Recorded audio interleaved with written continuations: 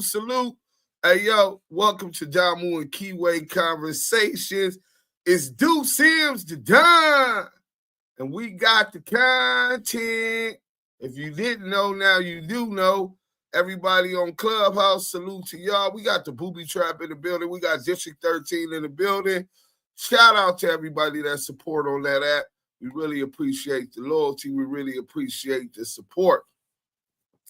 The Kiwe Pop Star will be joining us soon, and when he do, we should already be into the content. Let's start up from the top in the chat. If y'all don't see that, welcome to Damu and Kiwe's conversation. Please hit that like button on your way in. Papa Dirt is in the building. Papa Dirt, what up, Dirt Gang? Welcome to Damu and Kiwe. Welcome to Damu and Kiwe Conversations. We got the content. Let me turn that what you call it off. Damn echo. Bam. All right, so we got that. No feedback on that. So Damu and Kiwe Conversations. Luce Cannon, the Fed's child, targeted Big U. Oh my God. Me and Scandalous put a little bit of work in, man. It's nasty work. I'm talking about nasty of the nastiest. Let's hit that like button on your way in. Cameron, what up? Hello, everyone. Selena. Salute to the team and to the chat, the red and blue heart. Salute. You know what I'm saying? Did y'all give Phoenix J her bean? Ghostman his bean? All right. Just so that she can pull up her people. Hey, welcome to Damu Kiwe Conversations. Make sure you hit that like button as you enter. Tart Mystic, I see you with your wrench flexing this, you know. Selena, salute, love, prayers. Cameron, Deuce, and y'all, salute. You know what I'm saying? Let's get this thing up. Please share the live. Please hit that like button. They've been reporting this, so I'm shadow banned right now. So we really need the support to make sure that this get out. But this go get out anyway, because we finna fry these niggas. Adults Reality TV, salute. Hit that like button and subscribe. Hey, yeah, I definitely advise you to do that now, because this is exactly where you need to be. If you was bored today, looking for the content, let's hit 10K subscribers. Fact. Kid the Barber, salute to Damu Kiwe Conversations. Duke Sims and Yael. Salute to the chat and happy Easter. Salute to the chat and happy Easter to those that do celebrate these holidays. I don't fit into that category, but I'm very respectful of other people's beliefs and ideologies on life. You know what I'm saying? Whatever floats your boat, you know what I'm saying? And that's a relationship that you and your higher power has to deal with. Hartford, Connecticut, 860. Content, you already know. De Niro Jones, salute. Salute to the chat. Salute to Yael.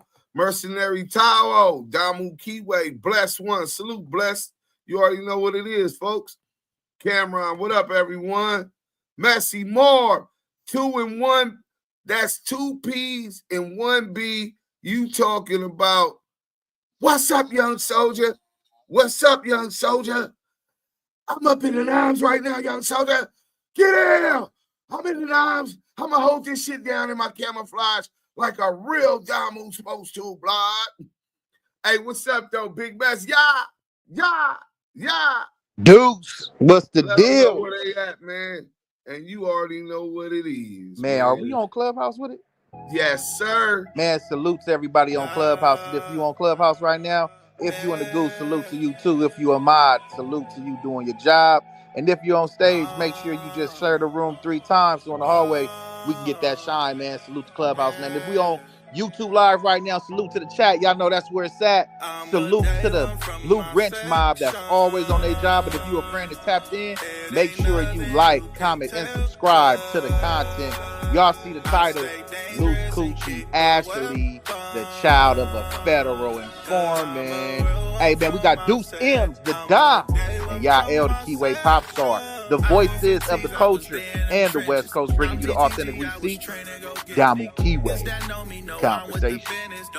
Big Marcus, salute to everybody in here. But look, man, we almost there. Let's hit that like button on our way in. Show that love. We are shadow banned right now, so we need everybody to hit that like button. We need everybody to share. Tell a friend y'all in here with Yael, the Kiwe pop star. And it's the Don Deuce Sims, man. We got the content. So, Luce Cannon Ashley, the fake Luce Cannon.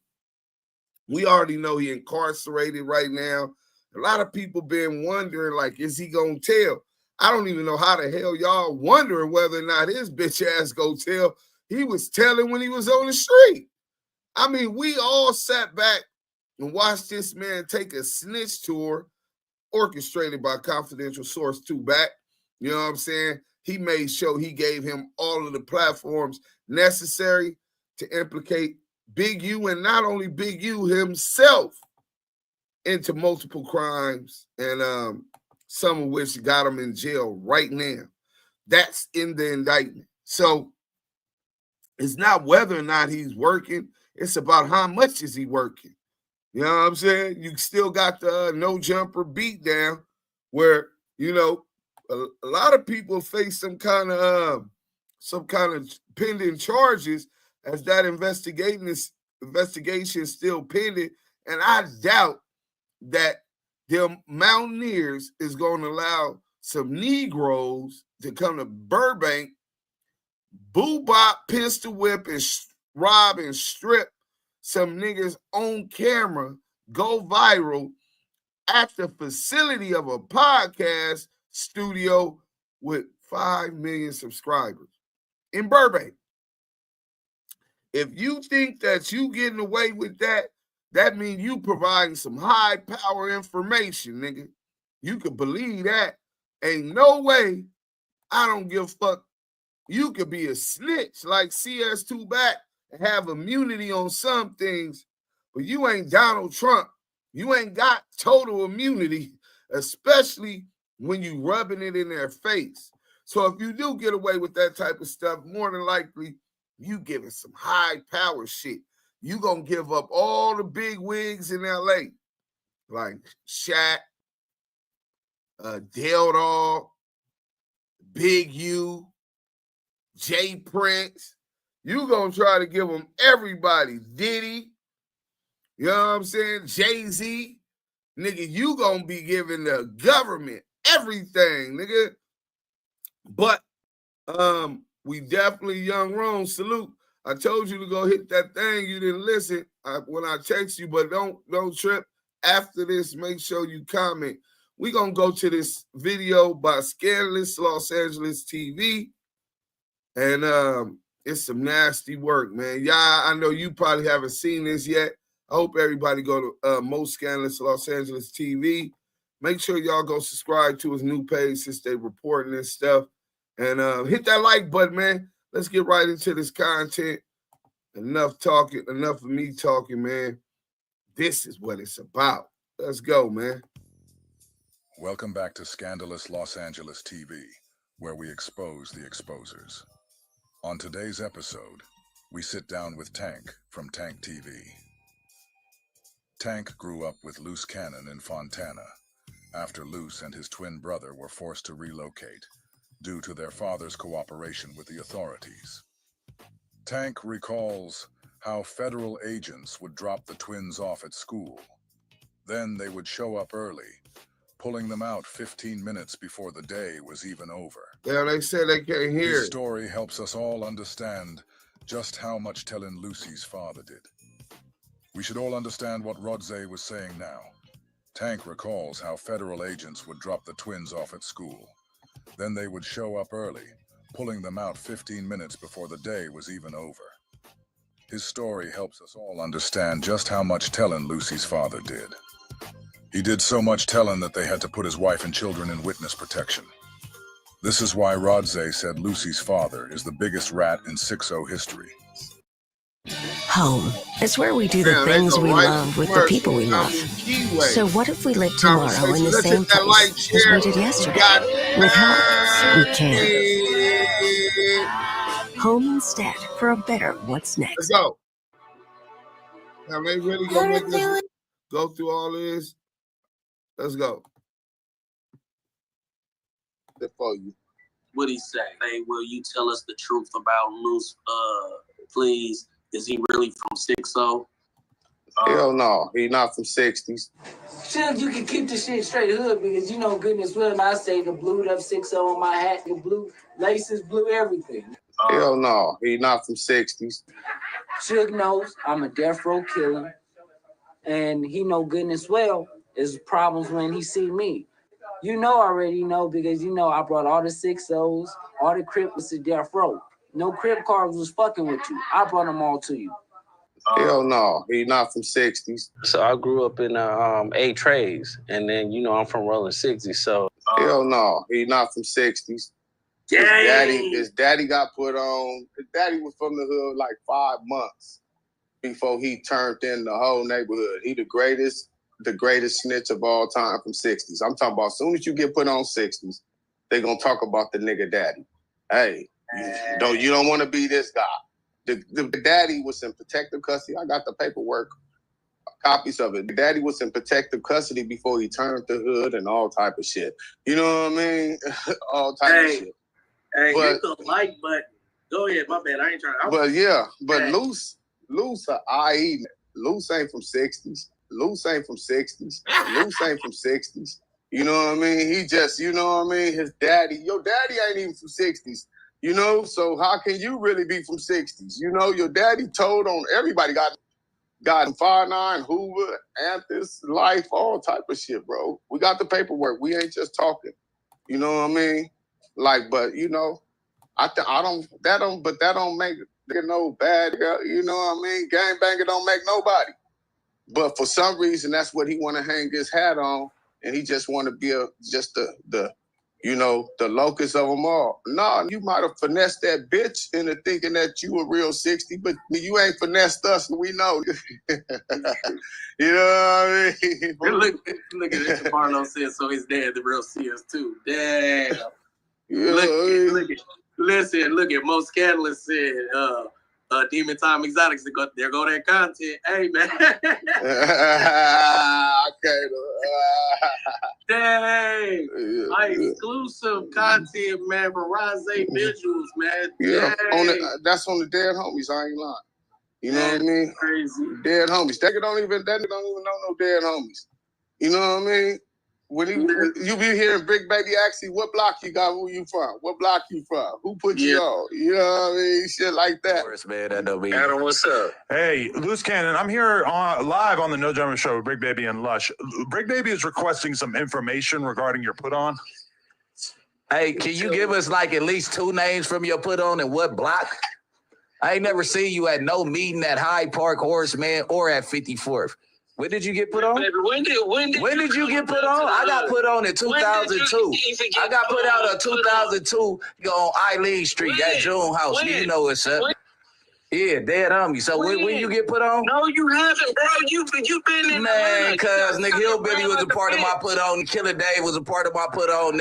Oh, the dead homies. My first name was Baby Wild Bill. On the dead homies, and Izzy turned East Coast. That was the third I squabbled. Who did you squabble, gang?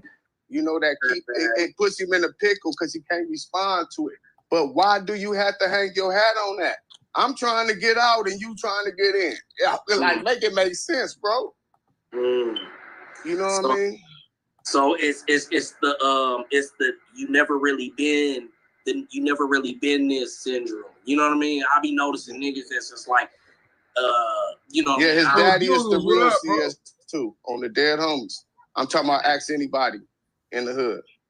Ask anybody in the hood. Anybody from 60s, ask them about the daddy, and the story won't change, bro. Okay, yeah. So I didn't know until later on, until I started saying, like, damn, that's that daddy. I used to see that right there, you know what I'm saying, with them boys. I didn't know that was his daddy, but the whole time his daddy was an informant. You know what I'm saying? With his daddy being an informant, that's what forced them boys to come PC up out in Fontana and Rialto area. When the feds put them in over there.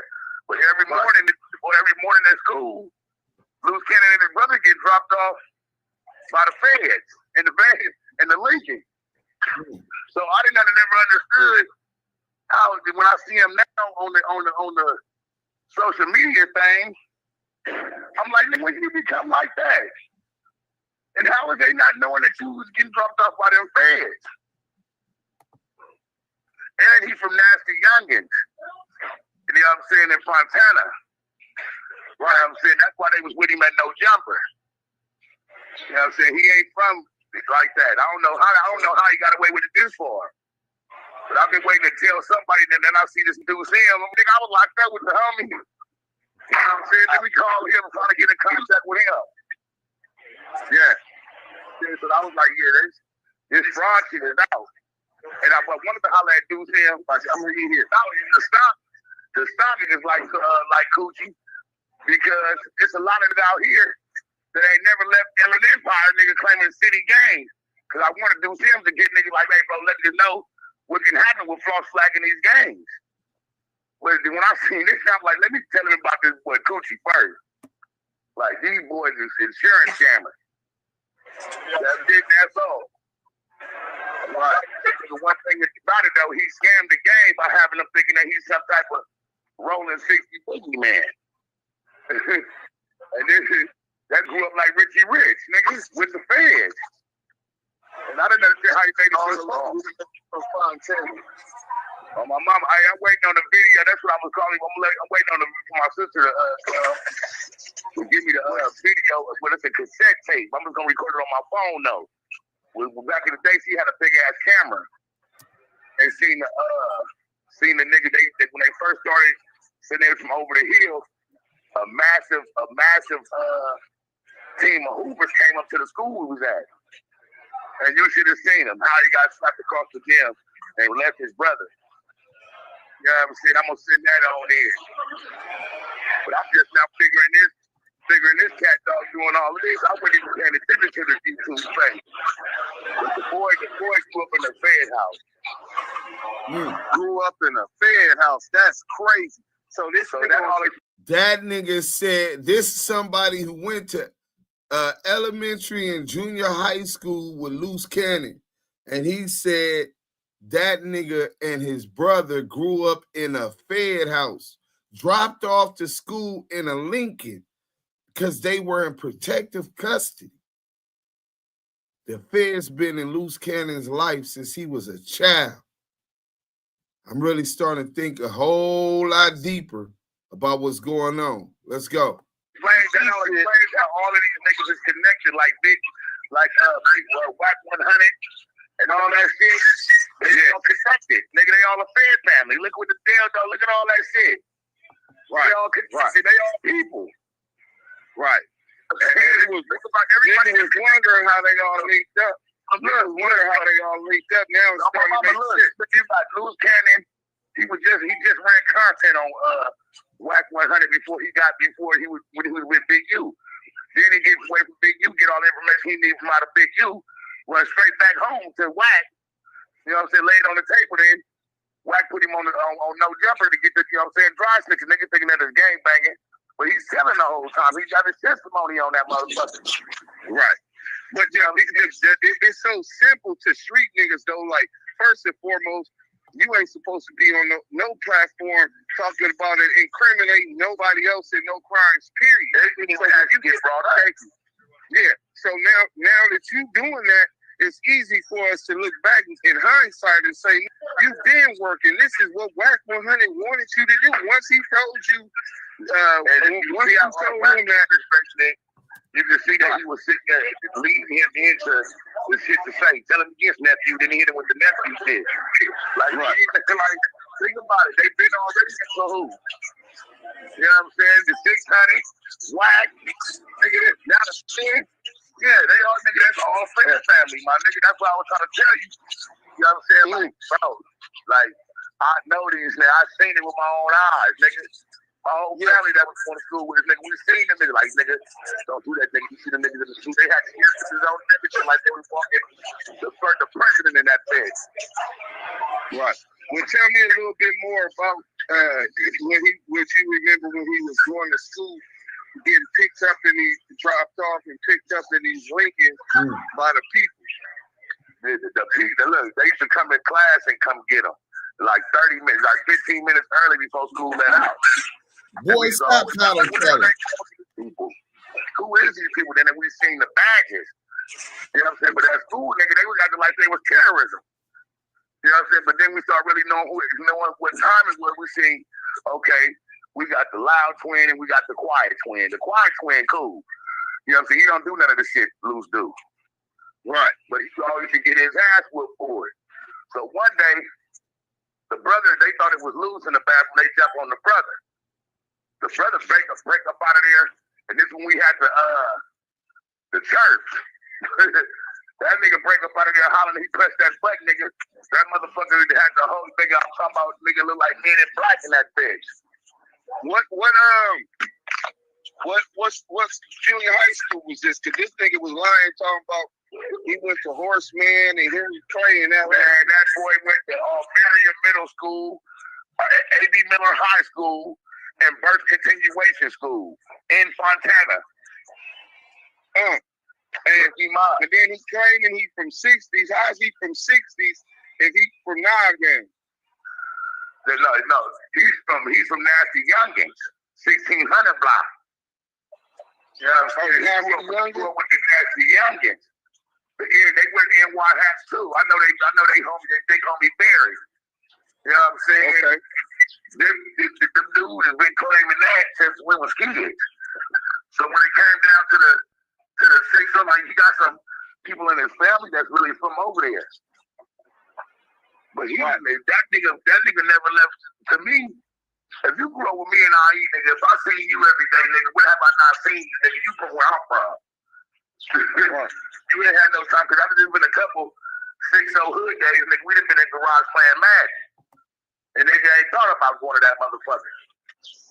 Right. So yeah, nigga, it was like, I didn't understand this whole narrative. Like, you so tough now, nigga. You damn near 50. But there's always somebody that's gonna remember how you came, nigga. You wasn't like that. Especially you nigga getting dropped up at school by the feds. Because what your daddy did. So, tell me this.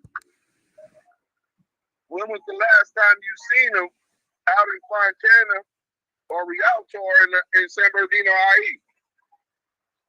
Right when he was coming, right before he got caught by Cowboy. He had came through one of the spots and the little homie was up there and seen him. That, you know what I'm saying, that knew him too from school. From out there, from back then. And he was talking and he was like, oh no, I mean, that's not really what's going on, this content, because niggas pressing him. Like, nigga, how you banging all this, but you ain't got the set in your mouth talking about the nasty youngins. You ain't repping them, but you repping this, and you ain't looking out for him. That's what he was pressing on him for. Yeah. And that nigga, that's the last time I heard it from him, or seen him. And when I got up here, nigga, he was already leaving up, getting on the freeway. Then I looked on the internet, nigga, Cowboy had caught him in Barstow. Yeah, Cowboy hit that nigga with a 2-piece and a biscuit, right? Yeah, had him with the coleslaw peeking for the camera. He had him in the corner. You see him in the corner peeking to make sure he wasn't recording? Yeah. Yeah, that nigga came up there shaking like a hook edge herd. Man, I'm shaking like a loose transmission, nigga. That nigga name should no longer be Luce Cannon, nigga. It should be Loose Transmission, nigga. Man, that nigga was getting an eagle on, boy, coming up out that bed. Hell yeah. But that's crazy. Them niggas been living out here, my nigga. Them niggas, then I hear on one of the interviews, bro say, like he a young nigga, like nigga. Like you niggas, like y'all 38, 39, nigga, you niggas that been 46 years old. Some niggas are older than me. And I'm just gonna turn 40.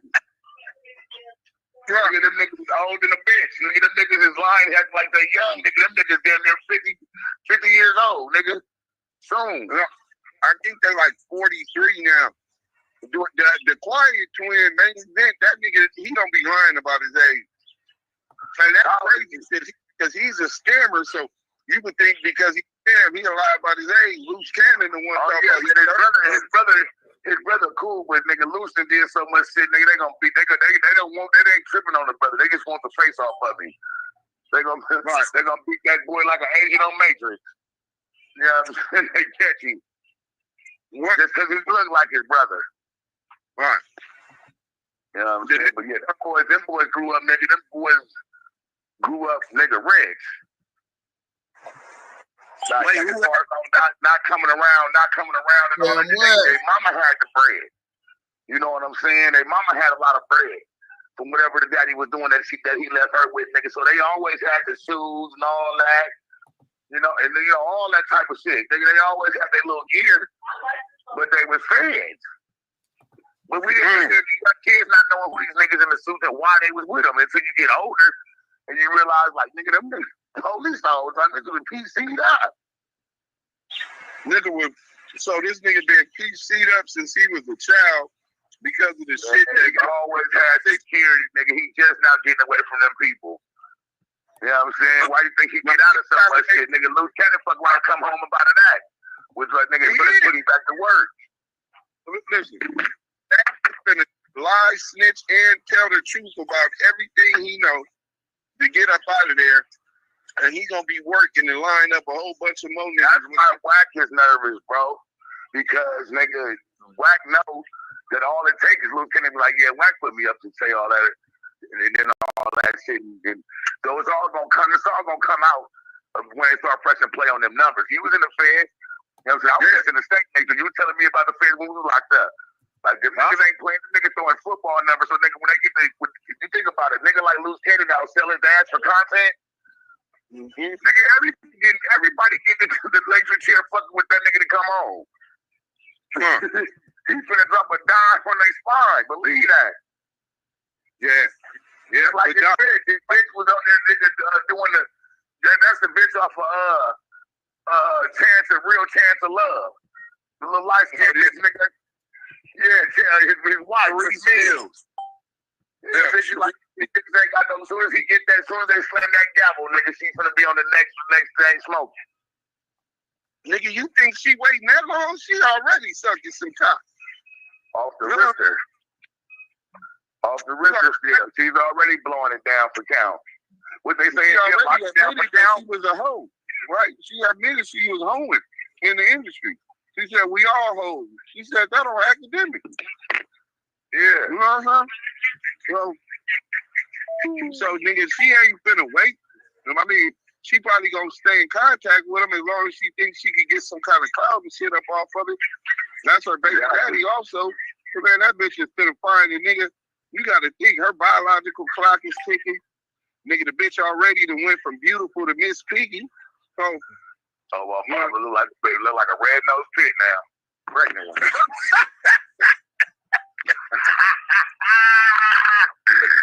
But, man, look, I told you, San Bernardino, when niggas know, niggas be in that motherfucker rapping,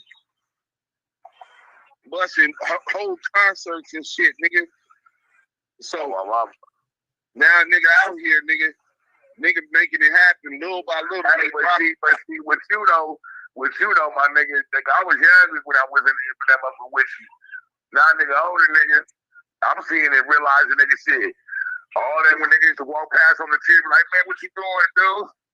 I'm in writing, all that shit you doing now, nigga, shit, you knew this was gonna happen before it even happened. Cause you was already planning for the shit, nigga. I watched you do it.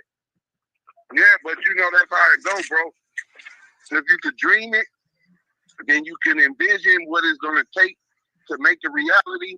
You make it tangible by writing it down, every step that you gotta do, and then you just work towards the first step till you check it off. Then the second step, and you just keep going. You're going to fail. You're going to meet resistance and walls.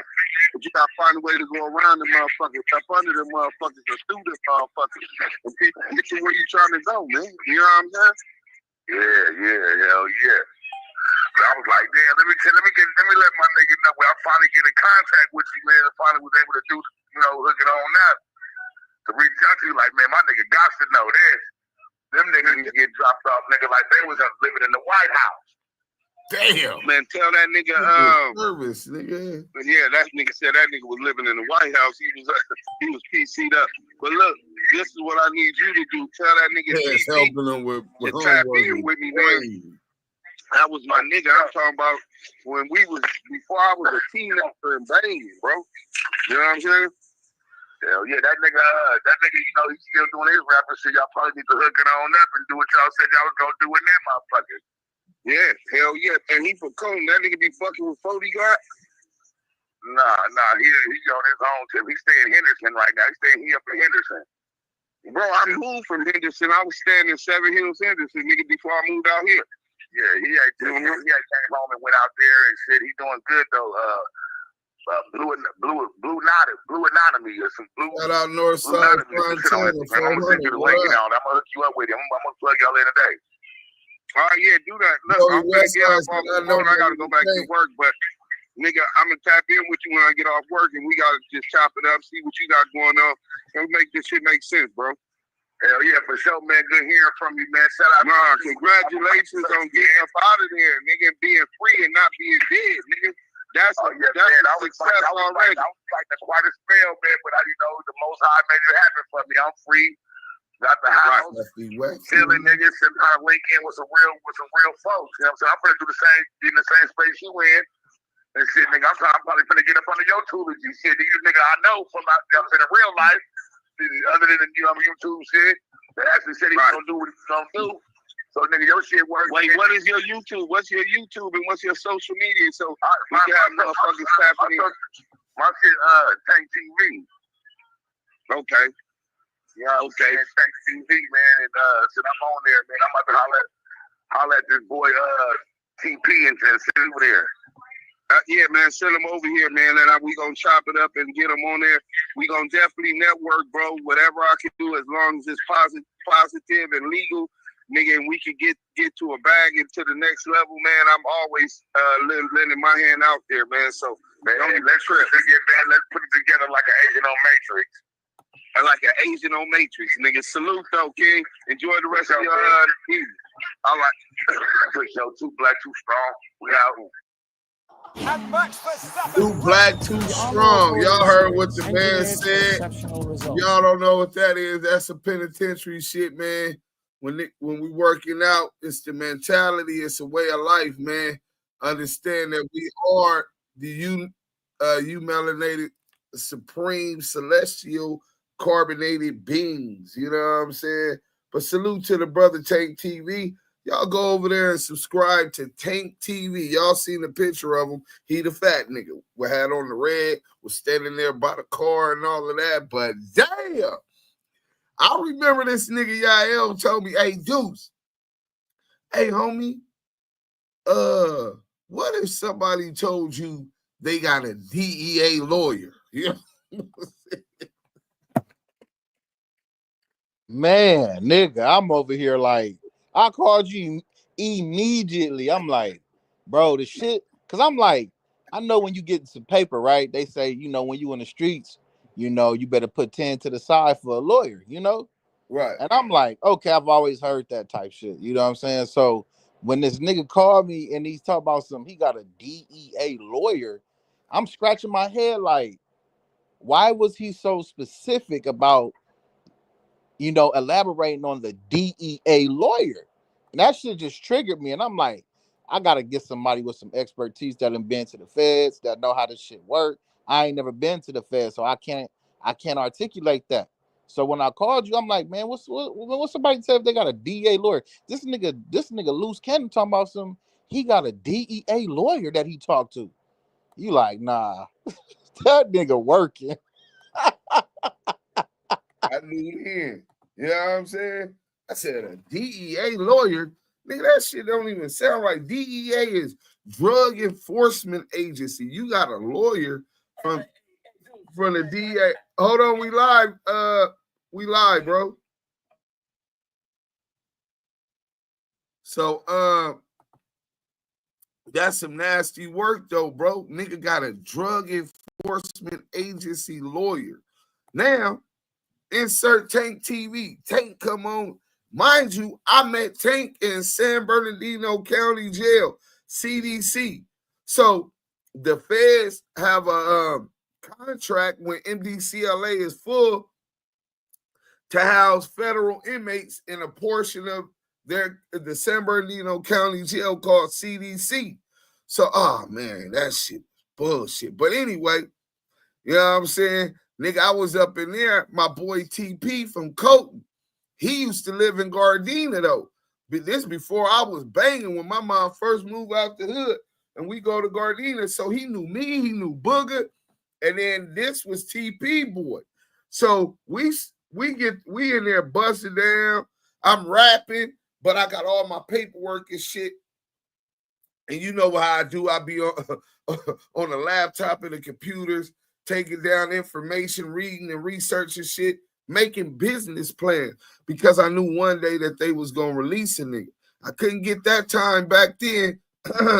But when they release you, you better have a plan, or the plan that's already made for you and niggas that look like you is going to be your future. You know what I'm saying? So he hit me like, man, Duke Sims, this is Tank, nigga. I was in CDC with you and your crime me Nino Brown. I'm like, oh, is that right? He said, yeah. So we end up linking up. He like, nigga, I gotta tell you about this nigga, Luce Ashley. I'm like, what about him? He said, nigga, the nigga went to junior high school with me and all of that. I said, wait a minute, let me get Scandalous on so you ain't gotta tell me twice, nigga. We finna record this right now. You know what I'm saying? And that's what happened, and that's what you heard. This nigga was, after his daddy Nutty started telling, his daddy PC'd up, and his family had to move, and they moved to like Rancho Cucamonga, like Friday after next. Remember when Ice Cube was like, the white man was like, man, who is you? Who you play for? He said the Cucamonga Cracker Killers. Remember? Nigga, that's where they moved this nigga. Nigga, this nigga is like Craig after what happened on First Friday, moved out here because they was running from Debo, nigga. Hey, that's nasty work, bro. That nigga Pops was so high power. Mind you, he was getting paid also, right? He was so high powered that not only was he PC'd up, he had to PC up his twin. So these dudes is growing up with the feds in their life. Some niggas said all the bullies at the school was getting beat up by the Secret Service, nigga. You know what I'm saying? Nigga, he was telling on his twin while they were still in their mama's womb, nigga. You know what I'm saying? This nigga is nasty work. But somebody asked, do I believe that he was working at like a Rule 35B to give credit to get his father out of prison? And that crossed my mind. I'm not 100% sure. I don't think anyone is 100% sure. But I think that a lot of people underestimate Luce Cannon. See, I met a lot of scammers and con artists in my life. I'm from LA. City slickers. You know what I'm saying? I grew up in the bookie joint. My mama ran the Big House, the biggest black-owned bookie joint in Los Angeles, right on Vermont. You know what I'm saying? And had her own bookie joint on the east side, off Hooper. So I understand the pickpockets, the gambling trick, all the little nickel slick shit that these grifters come across with. This is their way of life. And some of them play real dumb. And that's kind of like how they bait you in because you underestimate their thinking capabilities. You put your guard down. And that's how you get them. So when you get to talking and sounding like loose coochie, a lot of people gonna be like, man, this nigga sound like he's slow bus with the helmet on. How that nigga be talking, y'all? Used to show up to school in a bulletproof Pope mobile. Hey, yeah. I told niggas, nigga on 6 I told you, nigga. Hey, no, you talking too fast to sound like loose coochie. Yeah, bro, I ain't got it in me. Too much snitching going on with that dude. Now I know what I can say though. Nigga, you's a snitch. Just like yo dad. Nasty work, bro. Just my opinion said, Chucks, holla at me. My name Duke Sims, active Chucks, the label, Jungle Boy TV, salute, man. But yeah, but I think that he plays coy. He makes people underestimate him. You know what I'm saying? And he might be a little bit slow in a lot of ways, but you have people that's slow and functioning with mental health issues, but they could be fast in a lot of other ways. You know what I'm saying? What they say, like a blind man's hearing becomes that much more keen, you know? So I think that because he came around just like his daddy as a bag, all you niggas that be selling y'all ass and compromising y'all integrity for fucking with niggas that you know's foul because they got a bag or they come with a bag, nigga, you niggas is prostitutes, and this is how they get up under you. They come with the bag. Somebody up there said that's how Love Boy came, right? They come up with a bag and niggas that let them hang around because they paying for everything. I got the Airbnb for the hood day. Don't worry about it. And then niggas wonder why every hood day that happened at his Airbnbs get raided, right? So this dude, we thought he was just clout chasing with the no jumper thing.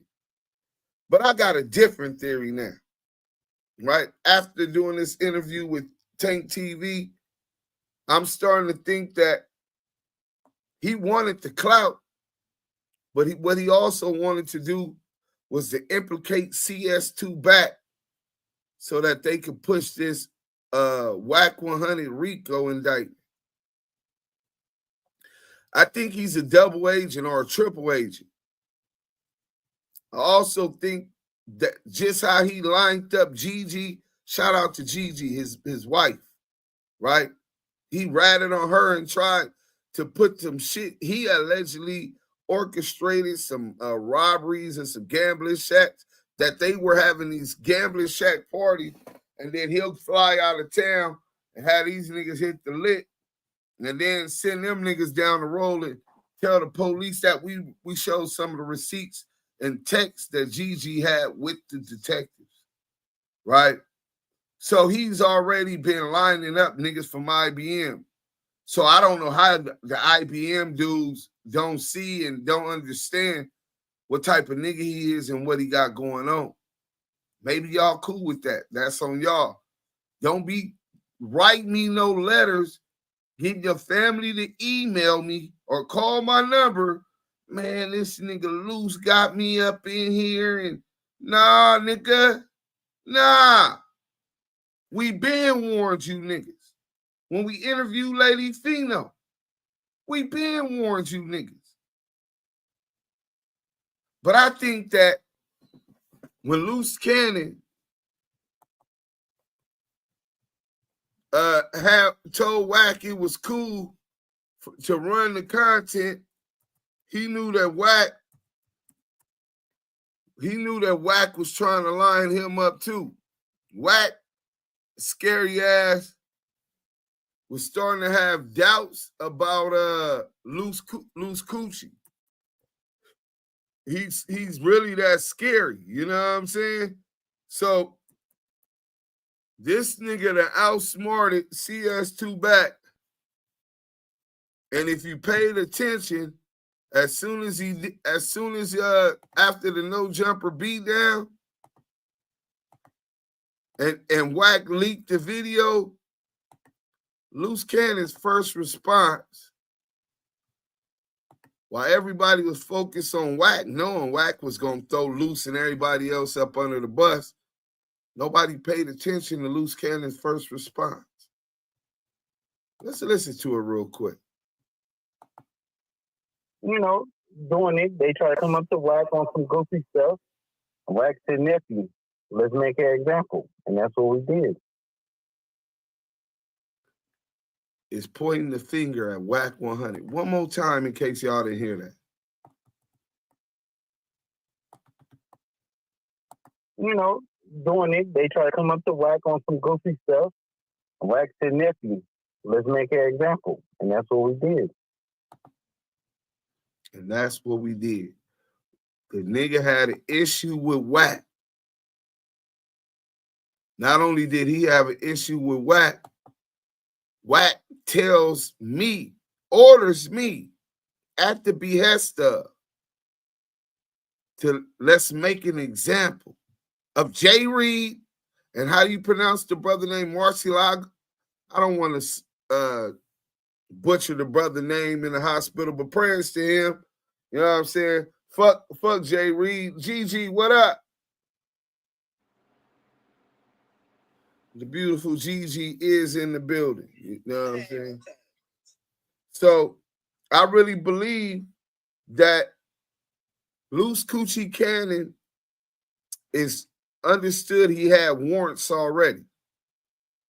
He understand he was under investigation for multiple other crimes, most of which most of y'all have never even heard of already, right? But people contacted me, a couple of the IBM dudes that he ratted on, that he lined up, right? Turned on, had other IBM dudes turn on. Those dudes, one of them turned Christian also. And he told me the whole story. This about a year and a half ago. And he didn't want to go public, but he wanted me to know what I was dealing with. And I talked to Gigi. And we're going to get into some of that also. But it just confirmed a lot what this other IBM dude was telling me. But he didn't want to go forward. He didn't want to have to get back in the streets and have to defend or risk having to protect his family. Well, Luce is in jail now, and people like that are going to feel a lot more secure and less fear coming out against him. So Luce Cannon, Luce Ashley, the fake Luce Cannon, he knew he needed some leverage that could help him get out. And the only way that the feds will let somebody off a crime is they give them information of a bigger crime, the big fish, right? We are all underestimating Tremaine Ashley Williams because we all see that he's slow in a lot of ways, even his cadence and his speech tone. Y'all question whether or not he would tell? See, karma is a motherfucker. So CS2 back, you done lined up Pool Rider. You done implicated who knows how many other people in crime. You lined up Del Dog, Mark Stevens, Shaq, trying to get them locked up, providing information. We don't know who you snitched on. We heard it might be your brother because they raided his house the day after y'all talked about what y'all was going to do with that gun case in Texas that you got off of, dismissing the interest of justice.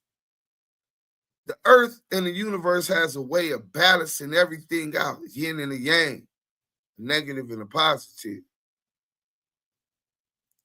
So you've been doing this to everybody so long, and what you've been doing is recruiting all of these informants. Dale is your friend. Marty Mall is your friend. Luce Coochie is your friend. The Crip Cop is your friend. Rico the Rat Rose is your friend. Tekashi 6ix9ine is your friend. Snow Billy is your friend. The Minnesota Meatball, Big Snow is your friend. The list goes on and on and on. Haitian Jack, right? You're friends with all of these rats. See, birds of a feather flock together. And rats are the same tail together. But what you don't understand is when the pressure is on, those same kind of rats that eat together will turn on each other. And I believe that that's what's going to happen with Luce Cannon. Luce Cannon is facing so much exposure and time. And we're not even talking about the cases that he got in the state. We're just talking about federal. That he really lined CS2 back up. He understands that Wack said, let me get to this content. We'll let the content talk. You know what I'm saying? But this shit is definitely some nasty work. So where we was at, mind you, he admitted that he got his house raided. Let's go to this. Because I think y'all act like he wasn't already talking with the federal authorities trying to implicate Big U and put anything he can on Big U. I don't know how y'all believe that was going on in question, whether or not he's telling to go talk to the feds. And for them to ask you questions means that you have to waive your Miranda rights. If you waive your Miranda rights, there's a recorded statement. You're debriefing. Luce Ashley has been debriefed. And he told y'all, and we exposed that long ago. But let me remind you guys of how long this dude been cooperating. Reggie Cannon continues to give us gold, guys. Lucy's clout chasing has finally caught up to him and bit him in his ass. The Rainbow Rat Pack Cointel Crips are the most desperate millionaires the world has ever known. Every single one of the Rainbow Rats, with the exception of Rodze, has at one time or another gone on record to tell us how rich they are. Lieutenant Officer Love Handles said that he made $1 million off boxing without throwing a single punch. But just as soon as he said that, he went live and said CS2 back gave him his first $1 million. Then you got Loose Bloody Cunt Cannon, who can't stop telling the world that his chicken shit reality show did 1.4 million subscribers at $8 a piece, which was to be split evenly between Cannon and whoever his business partner was. Then you got the richest guy of them all, CS2 back the diaper dandy Damu Dumpling, who made his fortune pushing his Pampers across the Pacific. With all the money floating around these guys, why does Lady Feno have to go through this much trouble to get Lucy to pay her the money that's owed to her? Why did money from Demon Time Exotics have to plead with Lucy's homeboy Eddie to get his $1,200 back? Speaking of money from Demon Time Exotics, let me show you the underhanded move he just pulled for the second time. So as you can see, he got another copyright strike slapped on my channel like the hoe he is. Look what video he got struck though.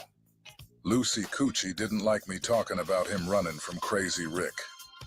He didn't like me highlighting and beating the brakes off of his wife. To this day, I've only had 4 people copyright strike my channel. Those 4 people are Alex Alonso, DJ Vlad, Reggie Wright Jr., and now this guy Demon. So because of that, I've taken down all videos containing any of his content. And in the future, when reacting to his content, I'll put a still picture over the video, the same way we do when reacting to Vlad or Reggie's content. Lamont, Deshauna. Come to the front, boy. You see just how comfortable Demon Time is putting a person's government name and case details out there for the world to see. Black Bastard does stuff like that all the time without an ounce of shame. But it's okay.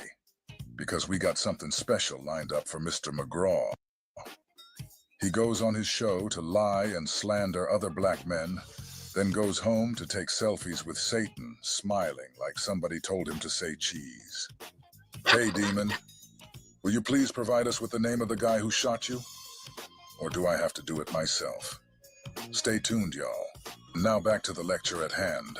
Luce Cannon, the rich Cointel Crip, thought it would be wise to record he and Lady Feno's phone conversation without her consent, and played it on Demon Times channel for all his subscribers to hear. You guys ask yourself, what kind of nigga would line his own sister up like that?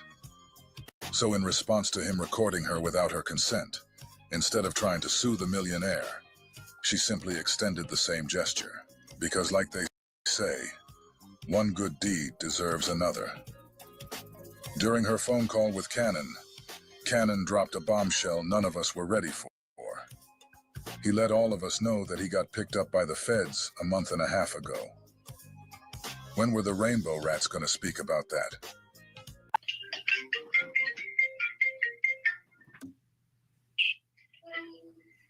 Hey, but what I'm about to tell you is, you gotta, if you want to do that, you have to come with, like, real facts. You know what I'm saying? But listen, brother, my facts are real. Listen, that's what I was trying to tell you yesterday. You all so worried about the street shit, bro. Here goes the thing. I was angry with you for one reason and one reason only. And that's the fact that you didn't say, hey, sister, you know what I'm going through with Big Cuz, you know what I'm doing out here. Let me ask you some stuff and get your opinion on it. Let me record it, because you really a creep out here. And let me post it. Wait. And let me post it. And then say, let me post it.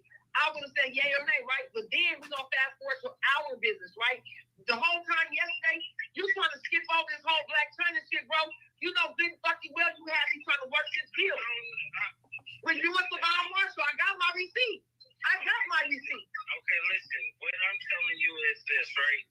When it comes down to, see, you my big sister. You my heart. When it comes down to those other bitches and stuff like that, I ain't care about. This conversation between Lady Feno and Lady Lucy shows just how deep Lucy's narcissism goes. Lady Feno is being very clear and direct when articulating to Cannon what her gripe is. She explains that she's upset over the way he's been ignoring the whole Black China incident. And she explains to him that she has receipts proving that Cannon did hire her to help secure a deal for Black China.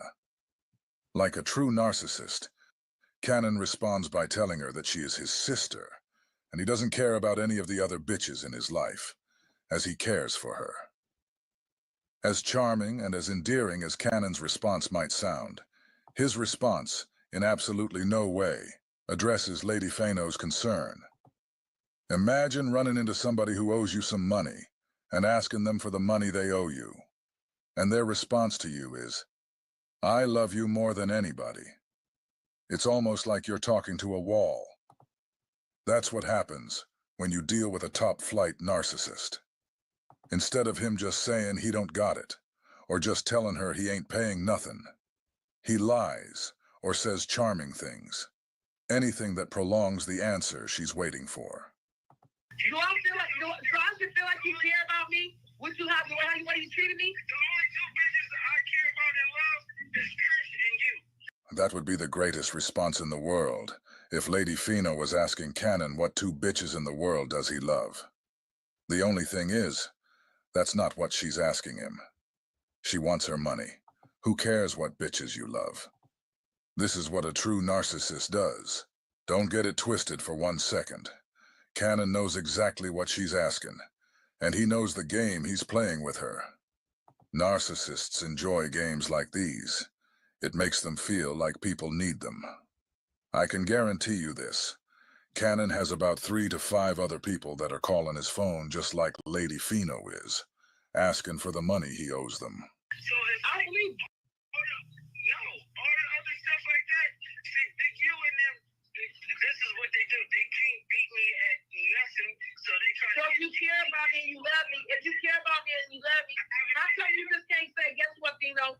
I know what I did. I know what it is. Let me give you your bread, sister, because I already know how you get out. Instead, you want to say, I I don't know what you're talking about. Oh, I always give you money to help you, nigga. I don't need you to help me. I know what the fuck I'm talking about. I remember when you called me. My mom had just died. I didn't even want to hang with you and say, what you say, sister? No. It's the holiday. I know what you're going through. Let me fix it. Because I love you that much. And I didn't want to see you fucked up. What you mean? I'm the only person that's going to ever say, hey, sis, or whatever like that. I need you here. I need you. That's what you said, too. You said, I need you. You said, I need you, sister. And that's the only reason why I fucking came. Because I already wasn't fucking with you, bro. On other shit. And you're playing, cuz. Hey, check this out. I don't want to argue with you because I'm going to get sick. I'm not going to do this with you, bro. Don't argue and don't get sick. You don't want to pay me. You want to play games. I'm going to get my money out the entertainment. I'm going to do like you. I'm going to sell my stories. All my stories are for sale. Bye, brother. Everything's for sale. All right, hello? Y'all there? I hung you up. Yeah. Hey, Feno, check your text I just sent you. That nigga love you so much, but why is he telling me that you're a liar? And you know that number. That's his old number. The number when with the time you talking about, that was his number. That's Gigi talking.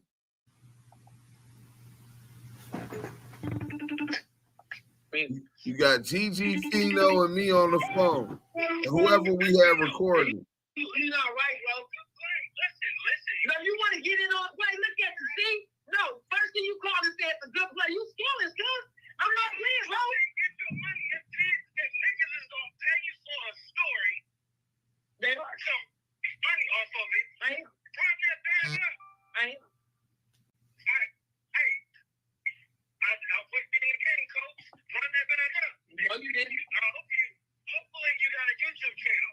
Listen, check this out. No. Let's talk about this place. This place. If I don't want to run my bag up talking about how my brother was trying to scam Black China, that's fucked up, bro. I ain't trying to scam Black China. Nigga, that's what the deal was about when me, you, Savon, and Epic. Hold on real quick.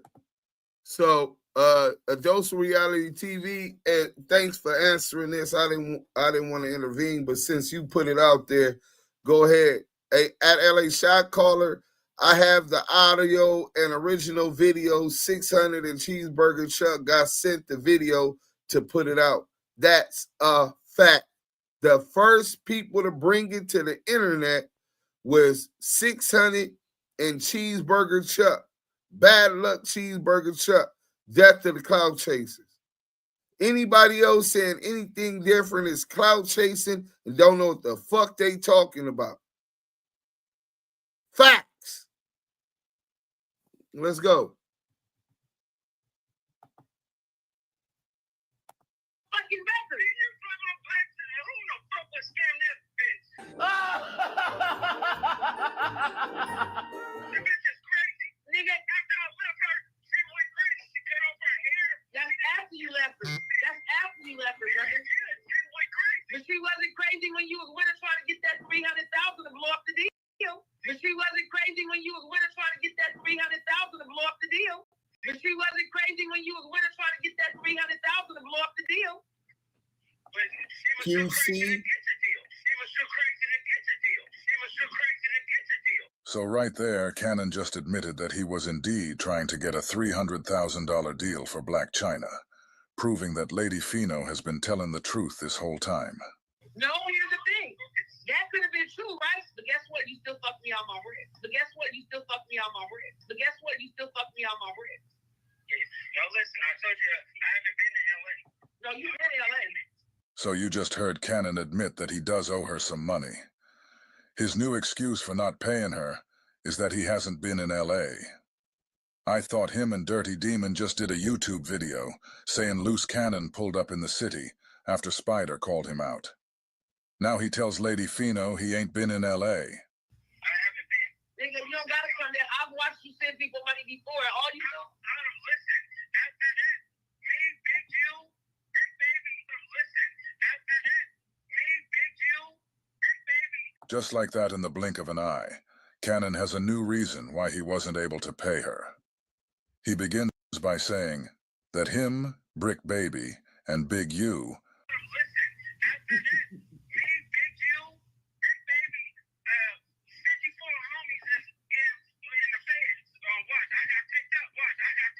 Again, he just said, him, Brick Baby and Big U, along with 60 other homies, all got picked up by the feds. These guys have been screaming and yelling about Brick and Big U having a Fed case out there. Now we find out that Cannon has a Fed case of his own. Cannon is lying to Feno right here, but he's also telling the truth. I'll explain more in just a minute, but first I want you to hear what the Crip Cop Care Bear had to say when he heard that Cannon got picked up with Big U and Brick Baby. You still haven't said when you're going to court. Now you cracked. See, now you cracked. Now you're saying that you got open Fed cases and stuff like that, right? When you got court, bro? That's all I want to know. As your homie, man to man, right? We homies, right? What's up with the case? When do you go to court? That's it, bro, because I'm really trying to help you. How it's looking from the outside is that you got a Fed case. It's how it's looking. This was the story's going around. Let me just tell you, it's not what I'm saying. This is what story's going around. You got raided by the feds, okay? You have a Fed case. And they're saying that feds do not give felons bail. So the word on the street is you're out working. Bro, the Crip Cop is so dumb, and they say that the feds don't give people bail. That's bullshit, bro. That's cap. You can get it. They won't bond. They want to have some kind of equity, a house or something. You ain't going to get it with just cash. You're going to have some kind of property with equitable value that you can utilize as collateral in case you try to run. Let's go.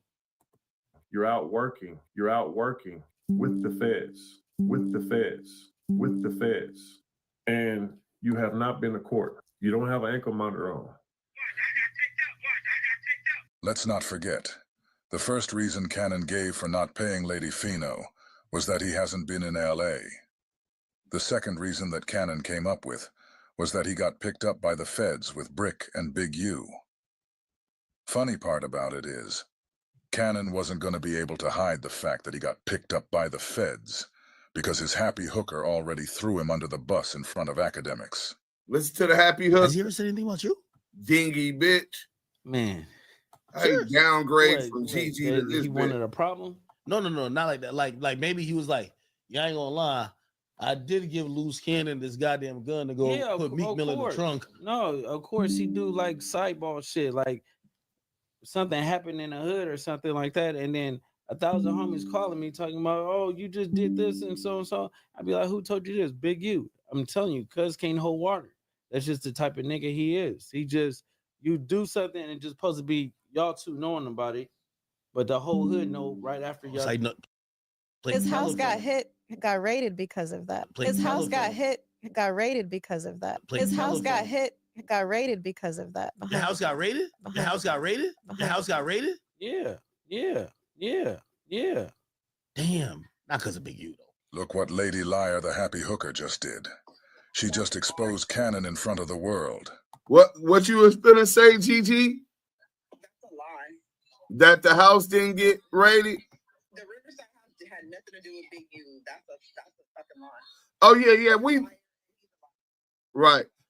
But got raided because Cannon set up robberies. Period. Cannon did set up robberies at every house that we lived in. He's a liar. Who wants to blame Big U for whatever reason? That's all a lie. All lies. Hey, did y'all just hear Gigi? So Gigi, his real wife, right? By law, he don't want to give her up, which means he understands that he downgraded to Miss Piggy. But what he said, she said that that's a lie, that his house was raided because of Big U. Big U had nothing to do with the robberies that he set up. That's why the house in Riverside was raided. And obviously, Luce Cannon is trying to put any crime that he ever done on other people.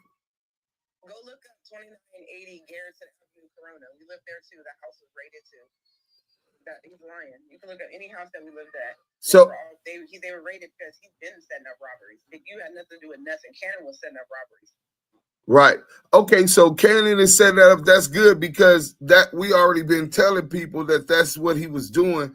trying to put everything he's done on Big U, but we got proof that he wasn't working for Big U even when he did the cookout video, which was October 2021. And that's when the video dropped. But when he made the diss song and dropped the video, Wack100 said that he had already Luce wanted to go against Big U, and he told him to do the diss song to make Big U believe that he wasn't working with him. You know what I'm saying? So we already figured that part out. But so they raided the house in Riverside. They raided the house in Corona. He said he talked to the feds. Didn't he say that they picked him up from a gas station?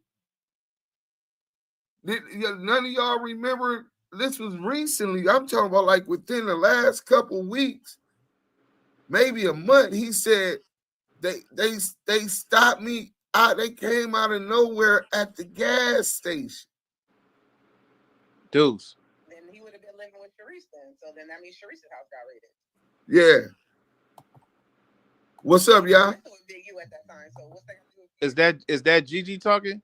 Yeah, that's Gigi, the beautiful Gigi. Hey, Gigi, we got somebody on the line for you.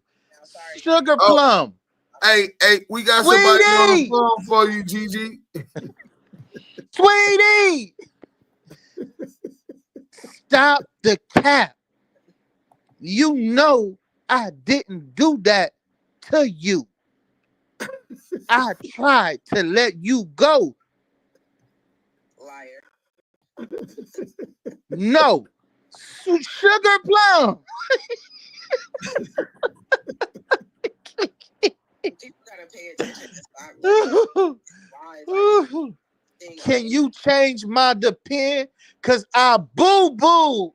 He changes people, so.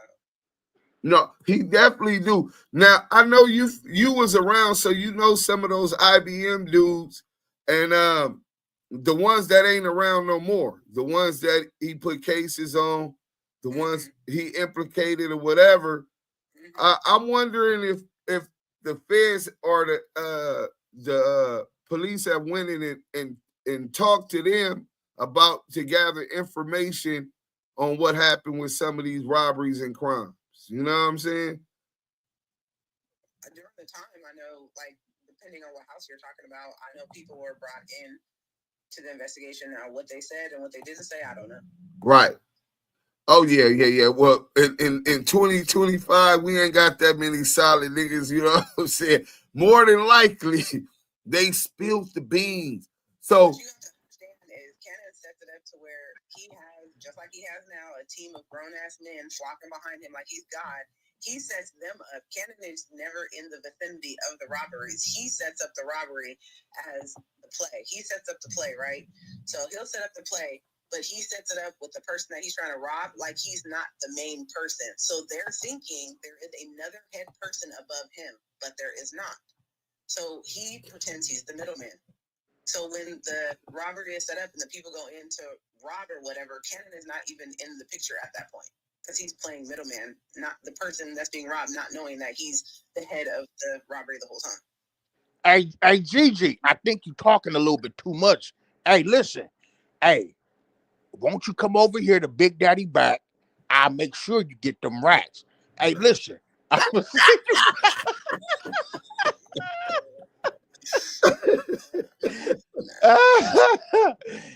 Oh shit! He crying. This nigga CS2 back trying to recruit.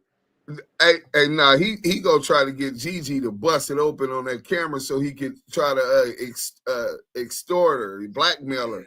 I got the tape. Hey, that nigga be. I got the tape. Hey, Gigi, you keep talking but against Luce. You know that's my boyfriend, right? I'm gonna release the tape. That nigga got a tape on everybody. Mostly. Nah, hell no.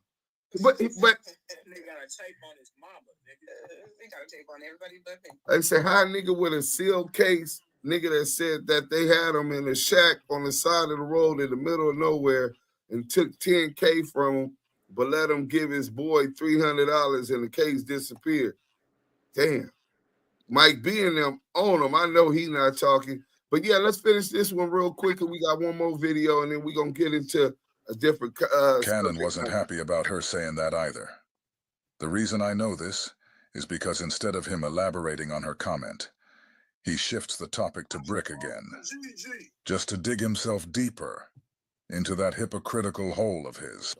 No, you look like he looks solid. No, listen, Brick Baby is a hoe. He working with the police. You think he working with the police? Of course. It's like, nigga, you get picked up on a federal gun charge. You don't have no court date. You don't have nothing. They just let you go. Just give him a receipt. Like, we'll catch you next time. Yeah, all right.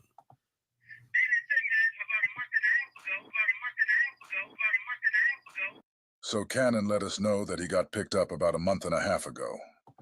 Earlier, I said Cannon was lying to Lady Feno, but he was also telling the truth.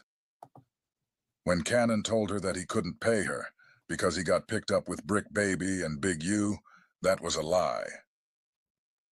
The truthful statement that he made was that the feds picked him up a month and a half ago. I'm pretty sure the Black China incident didn't occur in 2024. So how is he using the fact that he got picked up a month and a half ago as an excuse for not paying Lady Feno the money he owes? Did you guys hear the hypocritical part, though? This guy is saying Brick works with the police because he got booked and doesn't have a court date or an ankle monitor, when according to his own testimony, that's exactly what happened with him.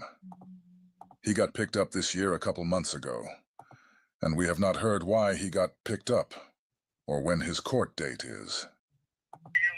No, you in LA. I haven't been. Nigga, you don't gotta come there. I've watched you send people money before. All you do. Listen, after that, me, Big U, Big Baby, 54 homies is in the feds on watch. I got picked up. Wow. About a month and a half ago. So, Luce Cannon just told her, watch, 50-something people are getting picked up by the feds. That's the same thing he told Yael.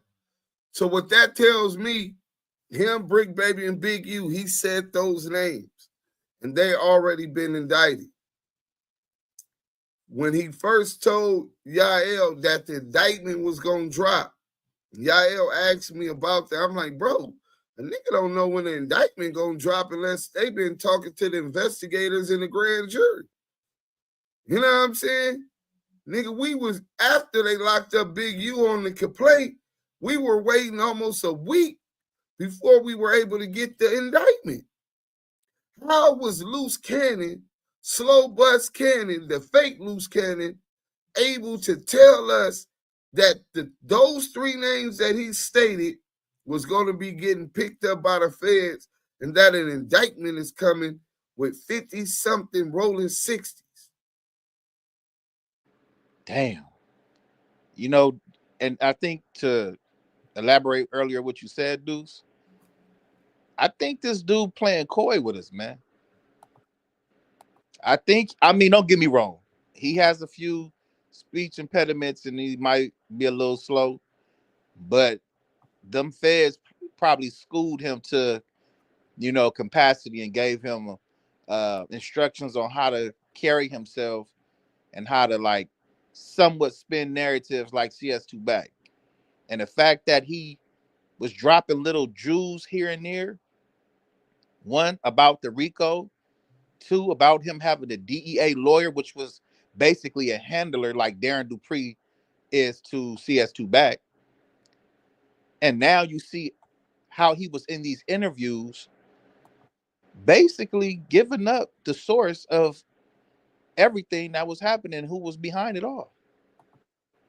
So if the feds were listening and is listening to him, he's already, in CS2 back words, hey, they spilling the beans. They're spilling the beans. And they spilled them, and the beans are all on the floor. It's on the floor, y'all. What y'all got to understand is we didn't have to say anything. They said everything. They said it all. CS2 back, Loose Coochie, 600 pennies, Rose, they've said it all. They put it right there and rolled it out for us to just pick up the pieces and just put it together to understand what they're doing. And they're working. And only a person that can discern, and when they do their deep research and due diligence and putting this stuff together and fractionalizing everything, now you see that Luce Coochie has been working. And he's a possible triple agent. That's deep. No, that's super deep.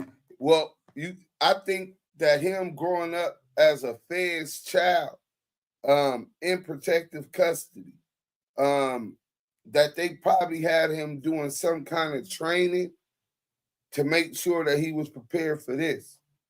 I believe for whatever reasons, whether it was just to get off of these cases that he built up out in the Inland Empire, in Corona, in Riverside, as well as in Vegas. All of these crimes meeting up and the no jumper thing. But I know for a fact that they sent him to target Big U, right? I don't know if his dad had linked him up with his handlers to work on this. His dad was being paid $25,000 and $30,000 checks. His dad put away people from Athens Park Bloods, ran away from that hood, went to the 5-9 Hoovers, put some people way over there, did some cold gangbang, Wild Wild West type shit we ain't gonna get too much into. And then he makes it to the rolling 60s. And Eddie Boy, crackhead Eddie. Eddie Boy was the first one that said this nigga Nutty was an informant. Here it go 30 years later. And we find out because his dad was PC'd up, his twins had to be put in protective custody, moved out to the Inland Empire, Rancho Cucamonga, Fontana, that type of terrain, and that people were picking him up from school in Lincoln Town cars, people who weren't his parents. And then he ends up in LA with a bag as if he wants to rap. Big U, I just want a verse from Nipsey. And Nipsey sells him an old verse and makes him the first nigga who claimed they were from 60s that had to pay Nipsey Hussle for a rap verse. He targeted him. Let's get to this real quick. Get to this next video. It's nasty work, but I don't know why ain't nobody in the chat. Get active in the chat. Let me know if y'all remember CS2 Luce Cannon saying that the police picked him up. The feds picked him up from the gas station. And if anybody got the clip, please send it to me. Let's go. You examine the phone call that Porky put online. It seems like all three of them were working together on that phone call.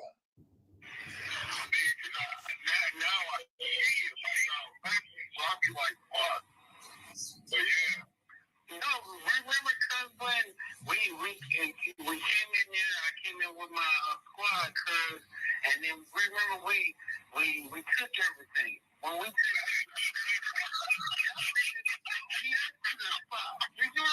Klein Ball, please put that clip in chat. Please.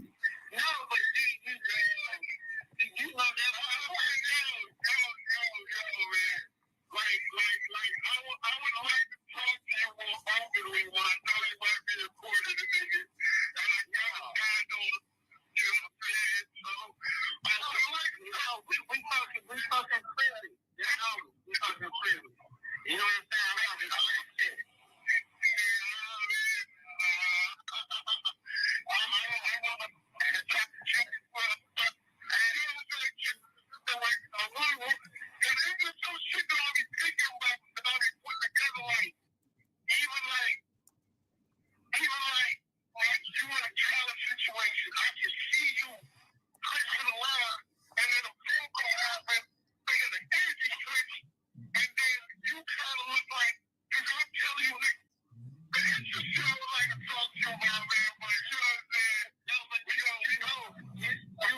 was about to have my line on cut.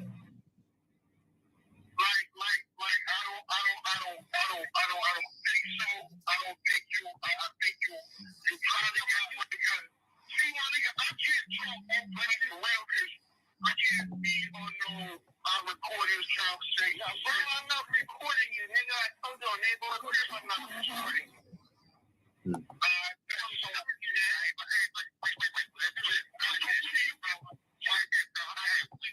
Everybody is out here. We're waiting on you. You're not waiting on you. Everybody out there, but what I'm trying to tell you is, like, I'm not harboring or anything like that. You good with me. You get what I'm saying? I'm not gonna do that. That's what I want to get to. You get what I'm saying? On TikTok, but you have to understand, like, bro, the situation I had and I did say to you, it was only because of Big U, and you know that. It was only because of Big U, and you know that. It was only because of Big U, and you know that. No, I know that. Because you know, one of the things is like, you can take and you can create. You know what I'm saying? I'm a creator, so niggas can create and some, we can make money in millions different ways. You know what I'm saying? But it ain't the way to fucking, it ain't the way to cook the cover, but, shit, man. I mean, you sometimes because you have to stand on business. You know what I'm saying? If I'm telling you, cuz, right now, today, cuz can't do nothing to you, he can't do nothing to you because he had to do something with me. But nigga, you have to also, nigga, with me, you know certain things that I'm saying cuz it's not a lie. You know all the stuff that I was doing for cuz who was the right hand man? Who was the nigga that was actually in the field? Right Exposed TV. We on Riverside for probation violations also. Of course. Yeah, of course. But what I'm saying is, like, the shit that I was doing, and I didn't want to lay y'all niggas down. I didn't want to do certain things to y'all. You know what I'm saying? But cuz lies. You know what I'm saying? You know what to say. Nigga, you know what's going on. But at the end of the day, I got my own problem. I got my own thing. I ain't know nothing what's going on besides that. Yeah, I know, but you know, we got wrapped up in that shit too. You know what I'm saying? I don't know what happened to down with Big U, but then nigga ultimately they got me. You know what I'm saying? We know why. You know what I'm saying? Yeah, I mean, well, shit, I mean, you said you got something going. There's always gonna be love. But nigga, you know what I mean, bro. You know what I'm saying? I don't know, man. Shit don't make sense to me no more, bro. You know that, cause dealing with the police, bro, and nigga, I don't think nobody can deny that. The irony in 3 informants on a federal wiretap accusing Big U of working with the police. That's how that's why Wack never respected Nipsey, because Wack knew shit about Nipsey that wasn't respectable. And he only know that because of us. I watch that shit. It might be true. You know what I'm saying? That recording, of Nipsey talking to the police and they try to use it against him, maybe. It might be true, but shit. No, but what I'm saying is because it's like, you know, like with that situation on downtown or whatever, like that when the feds came and got you, because I used to think they just got me a couple of months ago. Please understand that after Lucy and Quick to Tell Dell were both approached by the feds before they got on this phone call. Now we're listening to them on a 3-way call facilitated by Wack100. Clearly, all 3 of these guys were working together after agreeing to work with the feds. Yeah, but what relationship me and you got?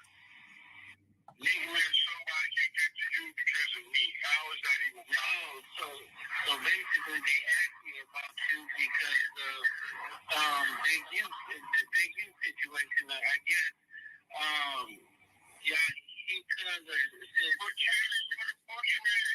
you the right answer. How they gonna ask me about, come on, they didn't ask me about you. You see what I mean? They asked me about you, but then they said about the situation with Big U with the extortion shit. You know what I'm saying? So when they Thank you, Staffy Waffy. like you had something to do with it, but then I thought about it. Then they asked me about information about you, but the feds asked Luce Cannon about information about Quick to Tell Dale. They asked Luce Cannon about information about Big U. Luce Cannon, why do the feds feel comfortable asking you about information about all of these people? Where was your lawyer at? They advised you this was in your best interest? That means that they had leverage over you. So you working. You debriefed. You waived your Miranda rights. This nigga been working, man. They done targeted Big U, sat him up under him. Nutty called Big U and told Big U, my son is trying to get into the music thing, man. Why don't you show him some of those things? Nutty didn't tell on Big U, and how we know he didn't have nothing to tell on Big U. Big U, when Nutty was out, was in the streets, gang banging, robbing shit. He might knew about some licks or something at the time. So Big U like, I'll help keep his nose clean. I plug him with some of the plugs. And the boy came with his own money. And this is what he got. He was definitely sick. So that's him 2 times talking about that he talked to the people. On this one, he was being questioned by the people about Quick to Tell Dale and CS2 and Big U. Let's get to this real quick, because I think y'all said that this was the one. Give me ones in the chat if y'all saying this is where he said he was at the gas station and the feds came and got him. Let's go.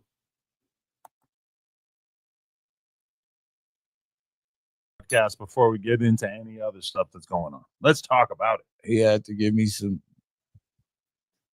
what credit for being a real nigga. I thought you said he gave you some money. Yeah. No, but yeah.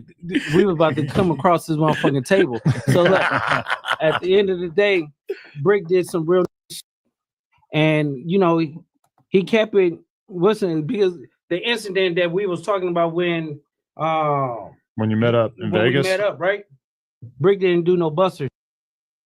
He was ready to squabble, and then he was trying to clutch on me. So at the end of the day, I was like, I have to respect this because he is who he is. You get what I'm saying? Because I heard about, certain things that he been doing, and then I was like, I'm gonna still him up though in a moment. But it just happened. And the crazy part about it, when the story happened, then you went to go. Then he had something big hanging off his hip after that for the rest of the night. Brick thought I'd try to set him up, right? Because soon as the incident happened, Wack calls. He said you called him, but Wack called me on FaceTime. Yeah, right? remember I was sitting right there. Wack called me, and I'm like, "Where are you at, nigga? We might as well get out too, nigga. Y'all try to box me in, nigga. Where you at? Pull up." Brick thought I set him randomly calls you. But he was coming to do the pod, but I think he was trying to talk to me about 607. You know, me and Wack, we got a once a month phone call that we do. You get in a fight once a month, and then those 28 days, there's healing afterwards, and then you beef again, and then there's some healing, and slowly it goes to jail. Then we gotta see what's going on. Man, listen, we don't have to cut that narrative out the way. You know what I'm saying? I never went to jail. If anybody knows what swatting is when they call and say you got people kidnapped in your house and everything like that. So the police come to clear the house, check the house. You and were squatting, right? swatted, nigga. You know. That's a suit. Hey, wait a minute. I never knew what swatting was. Who calls the police on somebody so that the SWAT team come? It's nasty work. Super serious federal offense too, by the way. So swatting is bad. All news. bad. Yeah, yeah. But when you're an exposer, that's the kind of hate that they have for you, huh? Yeah. So what YouTuber do you think hates you Hey, enough wait. to We swat ain't gonna you? skip over what Adam said. The exposers, right? I am the exposer. Oh. At the end of the day, it's like, bro, I took over this shit. You put on exposés? No, I just took over it. And at the end of the day, it's like, fuck whoever they think, like Powerpuff Girls 600. You know, at the end of the day, we mashing. I want to fade. You get what I'm saying? So- I want to squabble cuz I want to squabble Wack, and if they ain't really up to it, then it's like, we can't never repair our relationship. Why do you want to squabble Wack? You didn't want to Because he squabble Kev Mac earlier, cuz. Don't act like you want to squabble Yeah, Wack. we gonna get- we got Let's keep the cowboy talk. That's gonna be a separate clip. we got the content. Yeah. So, we got the guy. so at the end of the day, it's like when somebody press the narrative and you supposed to be my homie, my guy, right? Brick, out of all people, I was like, when I turned on my phone, right? Get my phone, I'm like thinking like Brick hitting my wife, he hitting me and everything, making sure I'm good. I'm like, this weird ass. But at the end of the day, he came through in the clutch. You make sure that I was straight. Unexpectedly. Because vice versa, it's situations that just I we've thought you been wanted me going in through. jail, No. We've been going through situations where you've been keeping it real. You putting points on the board. A motherfucker not gonna go get no chicken with you and then leave you hanging. Yeah. You get what I'm saying? So and that was at the end of the day. It was like he did it. He kept it a buck. So you only can respect that. But when my brother Wack, right, run content on me on Clubhouse, and then you got everybody on YouTube spin a narrative and say that, oh, you lying. You get what I'm saying? Because of Wack insecurities with himself. You get what I'm saying? So at the end of the day, it was like, no, because we can't do that. So you felt like Wack was putting fake narratives on you because he almost instantly after this clip came out of your wife saying that your house was surrounded by cops or whatever, he almost instantly starts spreading the narrative that it's not true. Yeah. And he's really stuck to that, which is interesting because that means that you and him are not seeing eye to eye, that you couldn't convince him one way or the other, or have you not really talked since then? No, I talked to Wack, and then I told him, he was like, I didn't say that. I said, listen, bro, you read the wrong thing because there was 3 SWAT teams available. One at 3. when you called him? Yeah. So, no, shut the fuck up. So one at 3 a.m., one at 5 a.m., and then one at 10 a.m. Where they call swatting. So we had like the Las Vegas News Bulletin, pull it. They did the research and they came to it. So when Wack say it, okay, listen. So when Wack say it or whatever, he spread the narrative that I was lying because of we had a business dealing that day. So he thought that I was just trying to get out of it. Get out of it. So when he did that, it was like, okay, yeah, that'd be a pretty drastic way to get out of a business meeting. A business wouldn't it? meeting, it was goofy. So when that happened, it's like, bro, you ran content on me. So when you ran content on me, you actually ran content because my wife posted it. Do you get what I'm saying? So you don't have no respect for me or her. So at the end of the day, it's like I took it personal. And because even if you are running a play, isn't it his job? Like if I see Brick lying and creating a fake narrative on social media, like always, if I'm really his homie, I should probably just let you do it, right? Yeah, but just like we had the narrative going when you got took away in the cop car for that couple hours, which nobody really cared about or believed. Yeah, nobody really felt that. I didn't see it posted anyway. Pages was gonna post it. They hired fake cops for no reason because nobody fell for that. It's kind of a shame. But there's been other stuff like that, even like somebody who used to be on this podcast faked a fight one time, and we all kind of just went along with it. And that's like what you do as a good friend, even if you know that it's cap. How many times y'all heard me have Wack back, and I know he wrong? And you know he lying. I mean, you always have. We don't know when you think it's wrong. When you think he's wrong. Because I shouldn't have to. I know.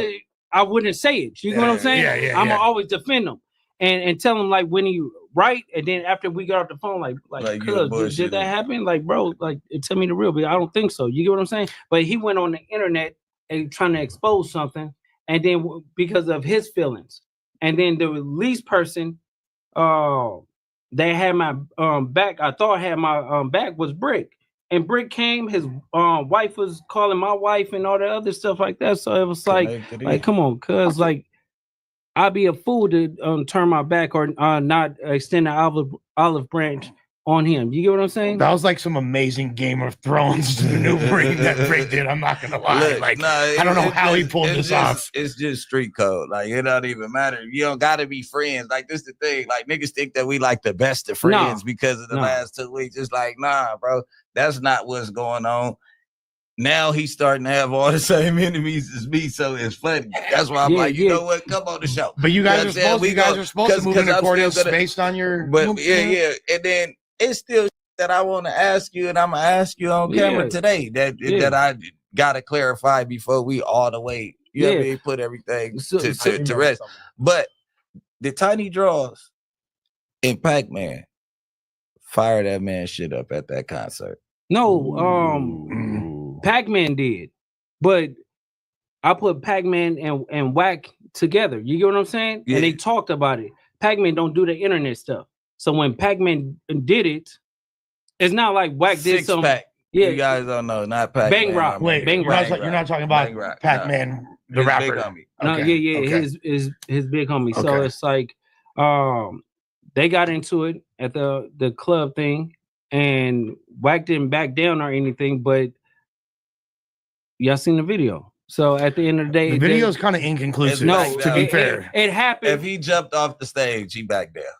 But no. You have to understand, he had $2 billion in his possession. 2.7. Yeah, well, almost 3 billion. Wack had $2 billion. I mean, Kanye West, 2.77 account. Wait, he was with Kanye, so you're saying that he was running point for Kanye. Okay. So at the end of the day, it's either you walk back into the lion's den and get Kanye West fucked up, you get what I'm saying, or you hit the high road and live to fight another day. But I'm forced to assume that if you and Wack's relationship was this, messed with by him not believing that you got arrested. That leads me to believe that there was problems emerging beforehand. It was strike 2, I believe, though, because they running some police ass content at the same time. Okay, think about this, right? If I don't agree with somebody running content on an open case, I'm gonna let it be known, right? So I try to distance myself, and I expressed to both of them. I had conversations with both separately and together, and I told them, I said, listen, I don't agree when you doing that. I don't care how much you hate Big Uterus. You get what I'm saying? It's not the point listen. It's not the point that you do it. It's the point you have to understand. You have to understand this, because if I say it correctly, he's gonna send another cease and desist. So we ain't gonna do it that way. So he's good.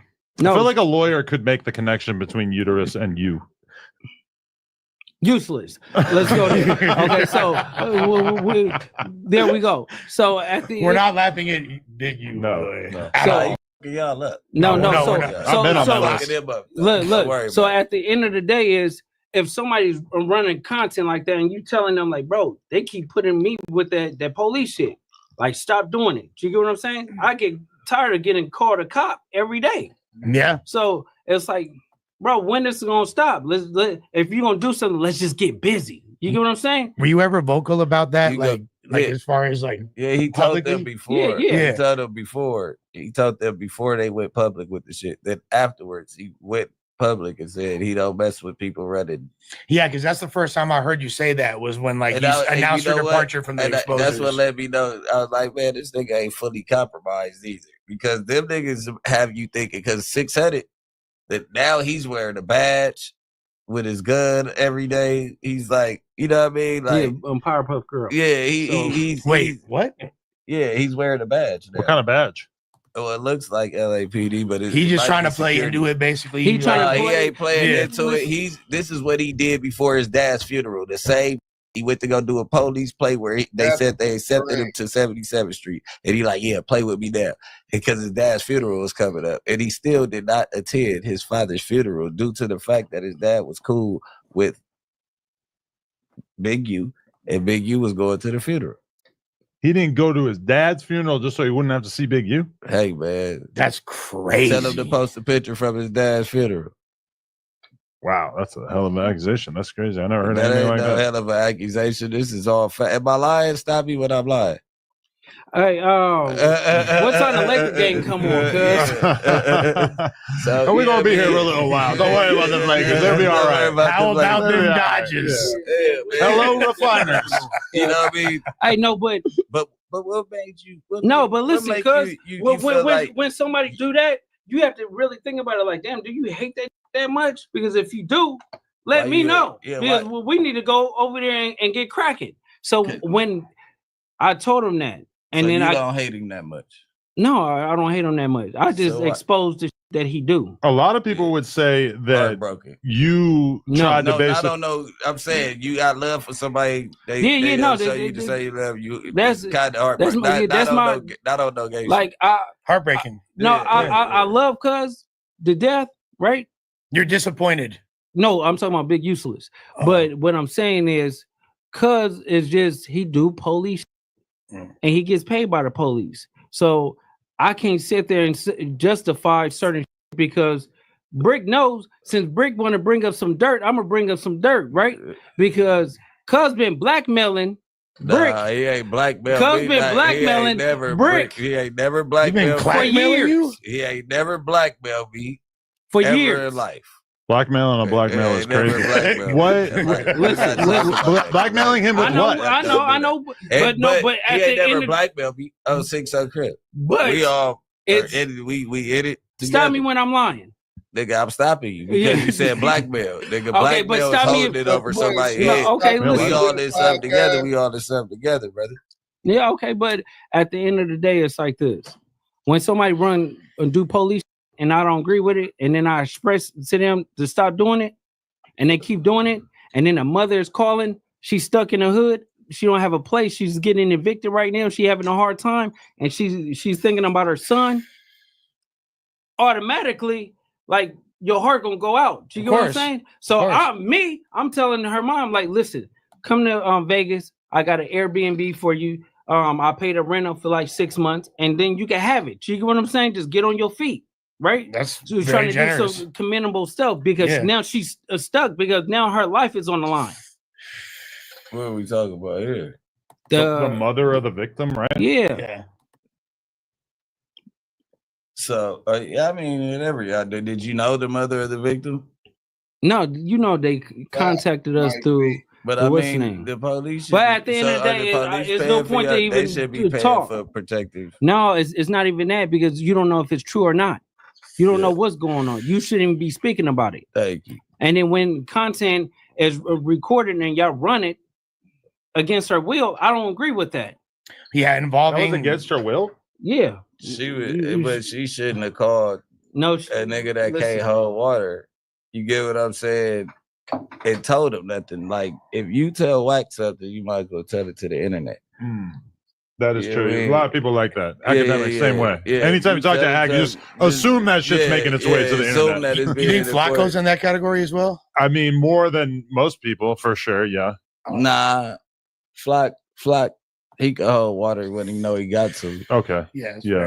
I agree with that. You know he got to. Many examples of not holding water. It just kind of. But like it been street stuff that What'd you think Flacco about been that? around and heard. I know how you. So Nene is the mom. Hold on. No, that's the sister. That's the sister. That's who's this? The victim. Yeah. Thank you so much. I hate this going like this. They played my mom. SMH. You said facts. I couldn't do that. That's why I said both of them. She said this crazy, man. I feel like they're playing with my brother's name. People playing on my mom's phone, and that's what they don't get. She asked him not to do it. You said, I know. I heard it was fucked up. I could not stand for them to do it. Damn. But that's the thing. If you feel like if you feel like they running police content and then you go house the people, bro, you putting yourself in the middle of it for no reason. It's not the point. The point of it is it came from basically my side. You get what I'm saying? So me doing the righteous thing is basically just saying, listen, I can just help you out because she coping with this for about 4 years now. You get what I'm saying? Nobody knows. You get what I'm saying? And then they posted random and talking about random that they shouldn't even be talking about because it's not even true. It's an open case. So it's been under investigation for 4 years, and then now all of a sudden, it's like, come on, bro. This stuff pops up, and I really don't want to talk about the case. I don't want to talk about none of that shit because if it's not even open. It haven't even been filed. Like this is the same thing where you let a nigga do police shit and call me Mr. AK-47 on a case that ain't never been filed. You get what I'm saying? That was police shit. Like, we don't want our ops to go to jail. We want our ops. We don't even want them to catch cancer. They just want to catch. We try to catch a hat. The one thing that you always will hear a rapper say is "free the ops." I don't want to see nobody in jail, and you never know if they really mean it.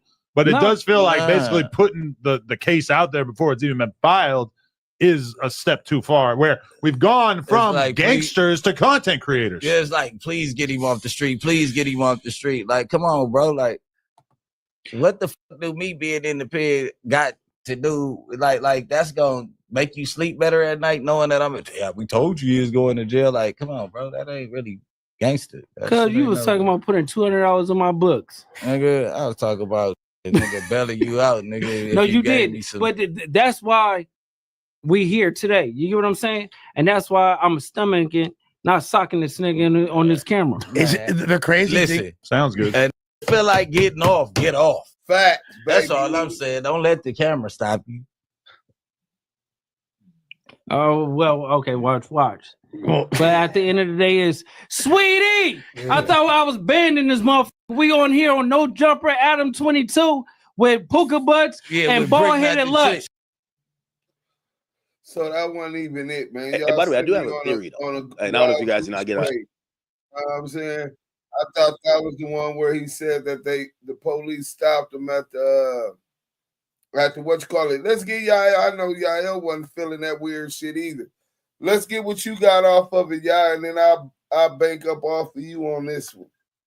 Man, dudes, that just like for the most part, you know, me, yourself, LQ, TD, Big U, we all talk, you know what I'm saying? And I thought that this nigga had rapport and understanding when this dude first went on No Jumper and implicated and alleged that Big U was giving out guns, writing down serial numbers, and being a snitch, and the GRID program being a HUD for the 77 division with Blackberries and things of that nature. And he ran that narrative with CS2 back. You as a homie, as like if this was my homie, I've been telling Cuz like, hey, look, check this out, my nigga. You did all that police shit, nigga. Big, Unc ain't even on. He ain't never did no shit like that, bro. I'ma need that. Yeah. You can't speak. That's like me and you going somewhere, right? A nigga might not like you. That's cool. If he don't like you, that's him not liking you. But a nigga not finna run no narrative. Oh, Duke Sims, he a bitch ass nigga. Woo woo woo. He snitching. He wooty woo woo. I'm like, hey, hold on, my nigga.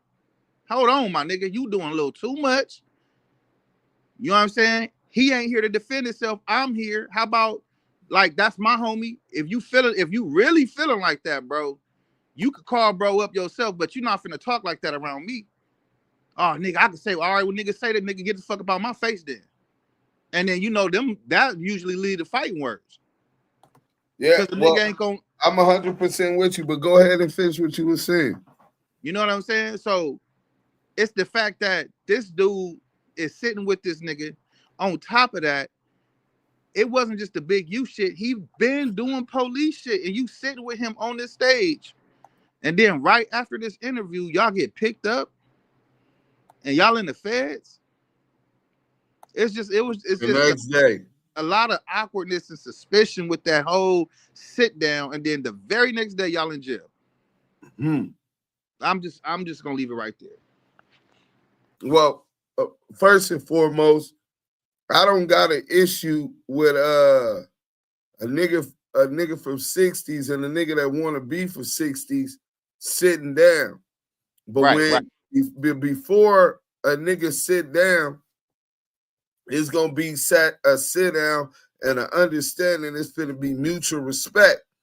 The fact Luce Cannon done disrespected the hood, Luce Cannon done evaded and ran from niggas who's been trying to boo-bop the nigga for claiming them. Niggas talk about they want to give him his official put on and all of this shit since he doing all of this in the name of they set.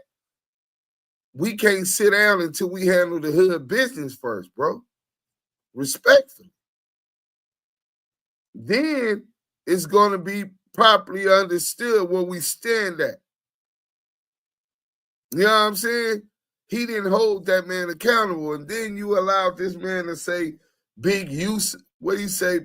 Big useless and all of this shit. And then we like, what? Well, you better watch your mouth. He like, oh no, because if we say his real name, he's gonna send another cease and desist. You allowed him to justify calling your G homie out of his name on a public platform. Even worse than that, you allowed this nigga to disrespect you publicly by falsely accusing that Big U was, blackmailing Brick Baby. That's one of the allegations in the indictment right now. Yeah. On the wiretap. Luce Cannon is constantly working while he's on no jumper, still brick by brick building a case while he's talking to Brick Baby. This is nasty work, bro.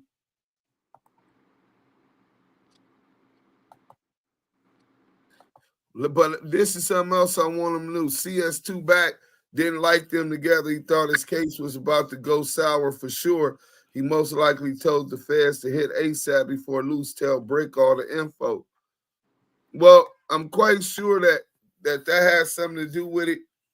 But I also believe that the feds wanted Luce Cannon to go up here on no jumper to build separation between him and Wack now that all of the damage is done. Right?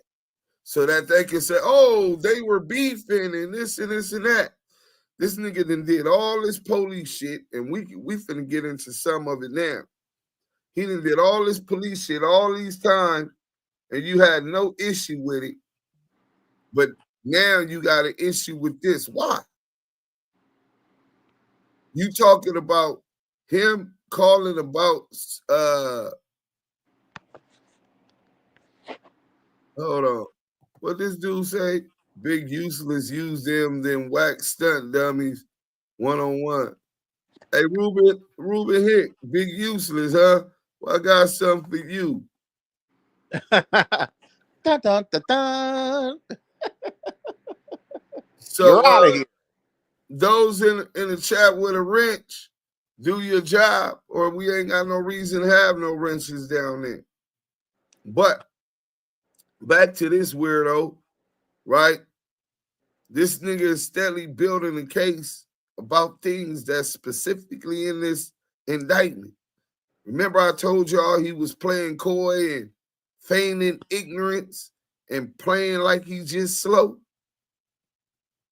I think this is evidence of that.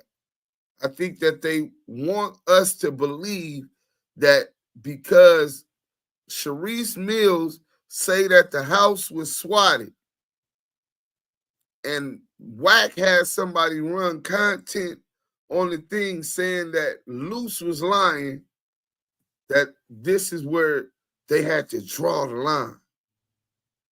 I ain't buying what they selling. This whole no jumper interview the day before they went to jail seemed like a cleanup job to me.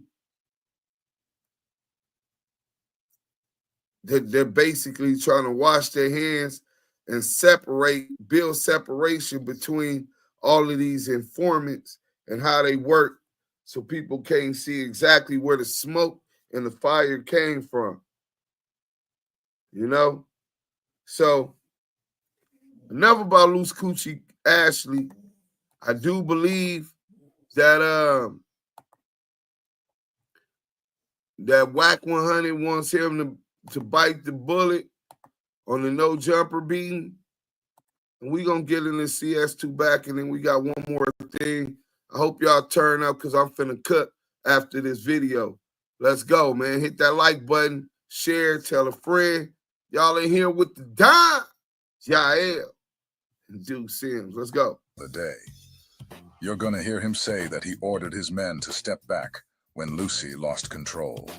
Reggie Wright said that YouTubers who put Lucy and Porky's names in the titles were snitching. So that means Reggie is admitting again that Porky is a rat because Porky places Lucy at the scene of the crime and insists that he is the culprit. Shit crazy. It's crazy, bro. It's crazy. That's showing that I'm keeping it from escalating. You understand what I'm saying? You, bro. Because listen, I really don't want it to be that. I promise you I don't. Niggas have any perception they want of me.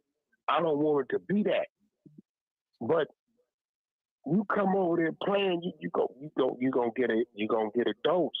This is CS2 back, letting it be known that he is the reason for Lucy's planned pack out. The exposers cannot stop exposing themselves. You know what I'm saying? Like you gon' and niggas can say what they want. I hate that some of these people that don't know me that's mad at me because I wake up and I hustle in the same 24 they got. And they lead people to believe this dude is this and he ain't that and all this. And these dudes have never seen me a day in my life.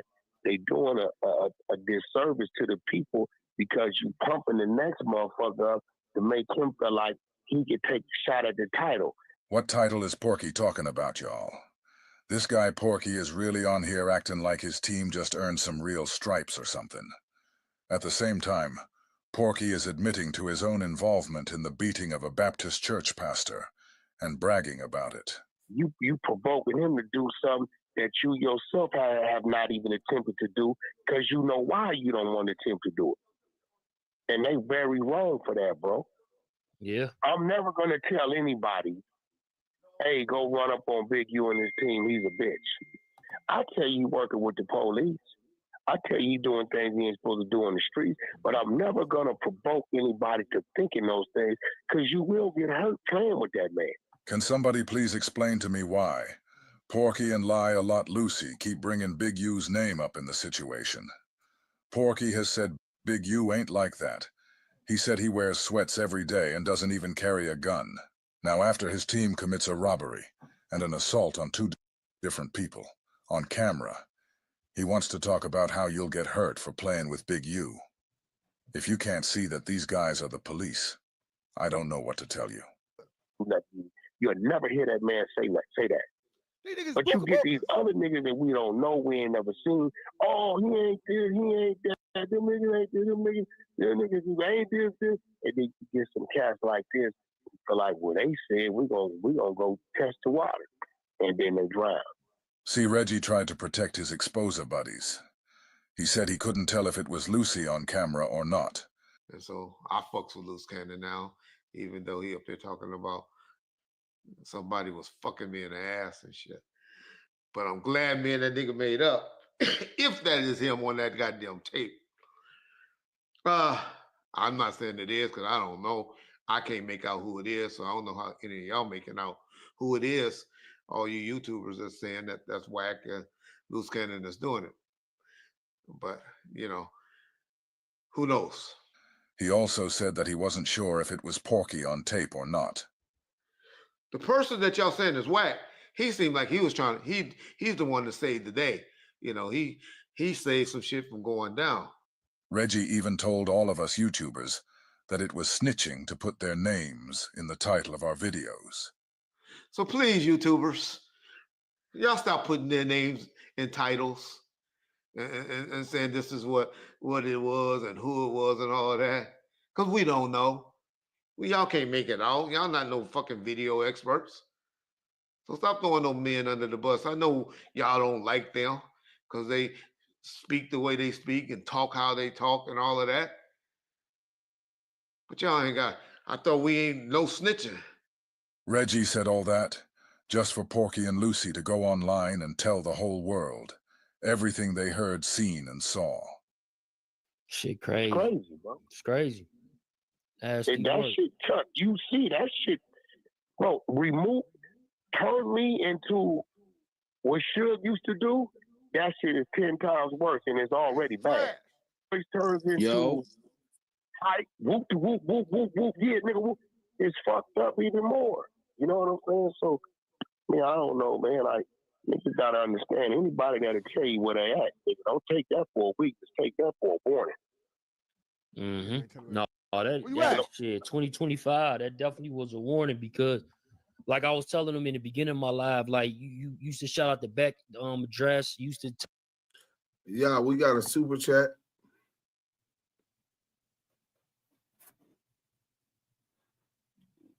Damu Kiwe Conversations.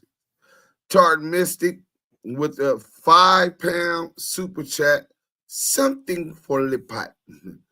Thank you, Tart Mystic. Everything that's given to the Damu Kiwe Conversation is appreciated. Let's get back to the content. Prayers over here. Look, man, I'm at no jump on Thursday. He lying. He lying. You lying. The nigga that never said, oh, I'll shoot the address. Nigga, nobody know what the address is. Everybody asked me for the address. Nigga ain't shooting no address out, man. Stop lying. Stop lying, bro. This nigga not shooting no addresses out, bro. Stop lying. Let's keep it real. Nigga ain't shooting no addresses out, no nothing. Nigga lying. Days. It's been, what, 70-some weeks? So it's like, what the fuck, bro? Chuck, you met me in person. Did I come in hot or an asshole when I saw you? No. I'm humble. It was all love. Yeah, nigga, like, bro, like, I don't know, bro. Like, that shit last night, it bothered me because it didn't need to happen. They forced that to happen. Playing. Nate, what's the deal? I don't know if you guys know it or not, but even though Lucy already went online and told on himself, Porky is sitting on here corroborating his story. Porky is openly making himself an accomplice and a witness. Reggie was trying to protect Lucy, but Porky has been lining Lucy up for a while now. He gave Rodze the green light to let everybody know that Lucy was not from 60s.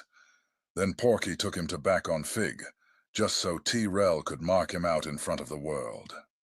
These are all weapons that Porky will use against Lucy the day that he turns on him. And I keep telling people, like, bro, do not believe the hype. Stop believing these people, man. You know what I'm saying? Don't believe.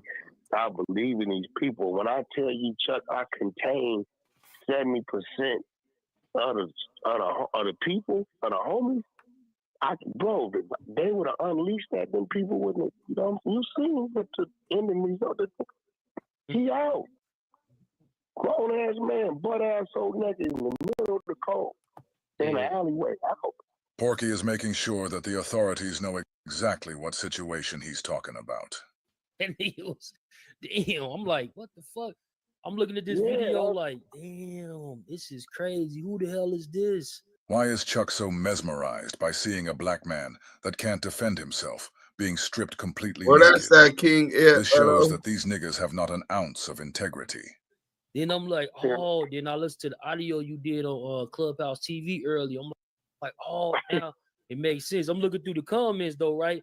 They like, I don't believe it. I need to see video. And I'm like, I left with one comment. I got some video, motherfucker. You guys see that Porky has Chuck on here making sure the world knows that this was a real beating and that he has the tape.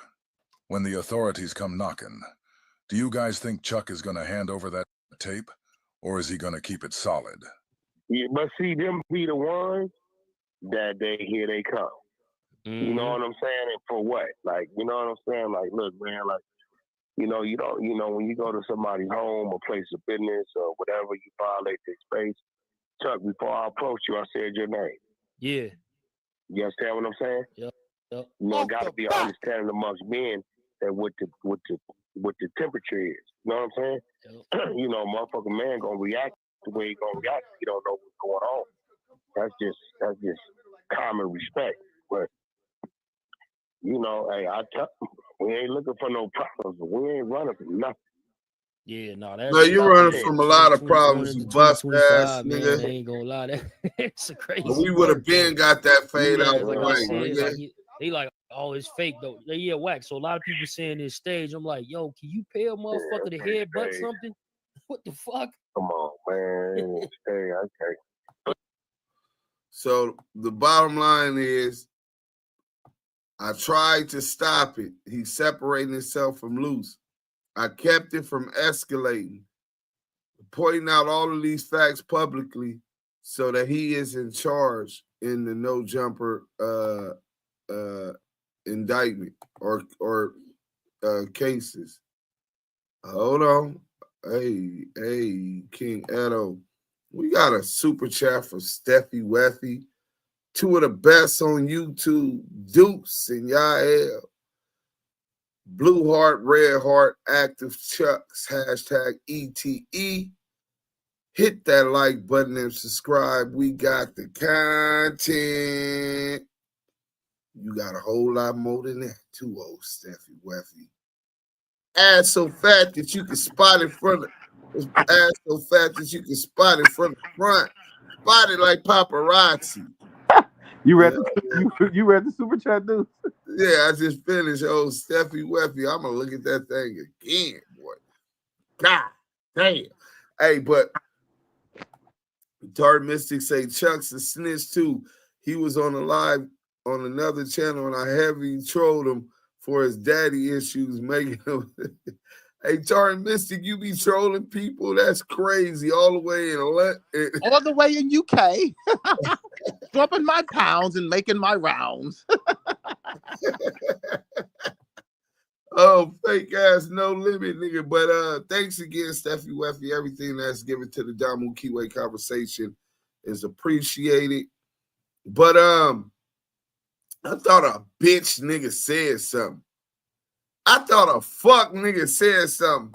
I told y'all we finna cook these niggas and it won't take that long. Let's go like this. I'm gonna go into this real quick, and then after we do this, we got a video, and Yael gonna take us out after that.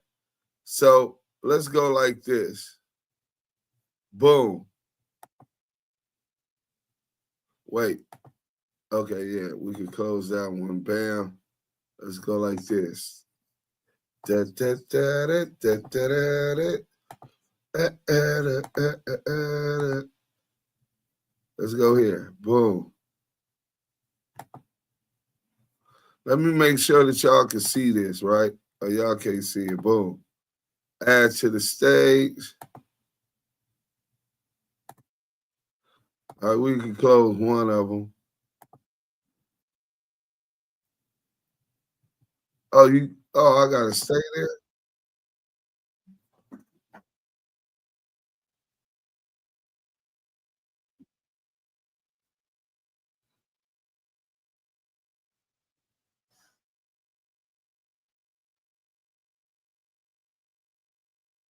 In the paperwork.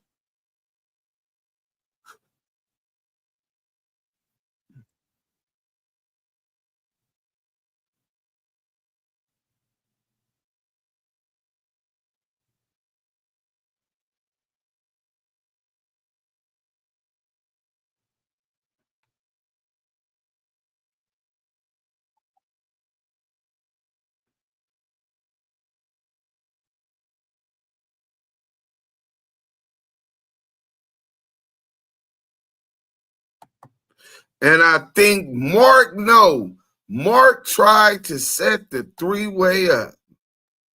And now y'all wonder why I be having these fuck niggas mad as a motherfucker at a real one, right? Because when you tell me, oh, look at y'all coming back, that means he was missing in action.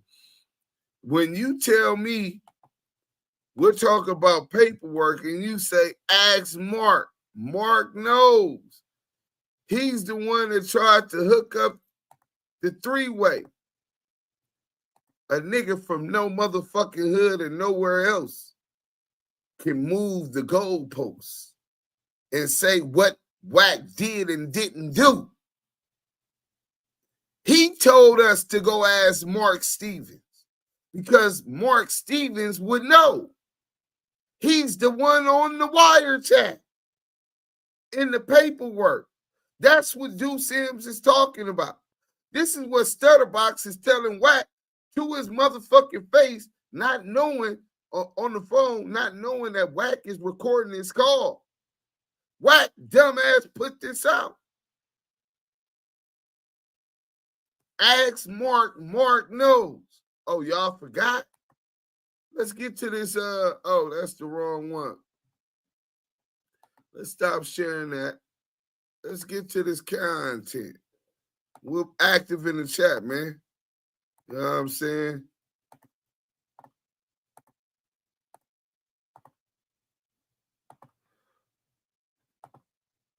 Every other day, we got YouTubers. Shout out to 504 Street Stories and Gangsta News Network. 504 Street Stories and Gangsta News Network. Oh, murders, wiretaps, and snitches. Liddell Del Dog Rouse, Main Street Mafia Crips. I talked to Dog. Wait, ask Mark. Mark knows. He's the one who tried to set up the three-way. Let's get to it. Crime rose in 2015 in Los Angeles, the first increase in 12 years. Today, I'm going to be trying the new Dave's Hot Chicken Mini Sliders. Violent crime spiked about 20% in the nation's second largest city.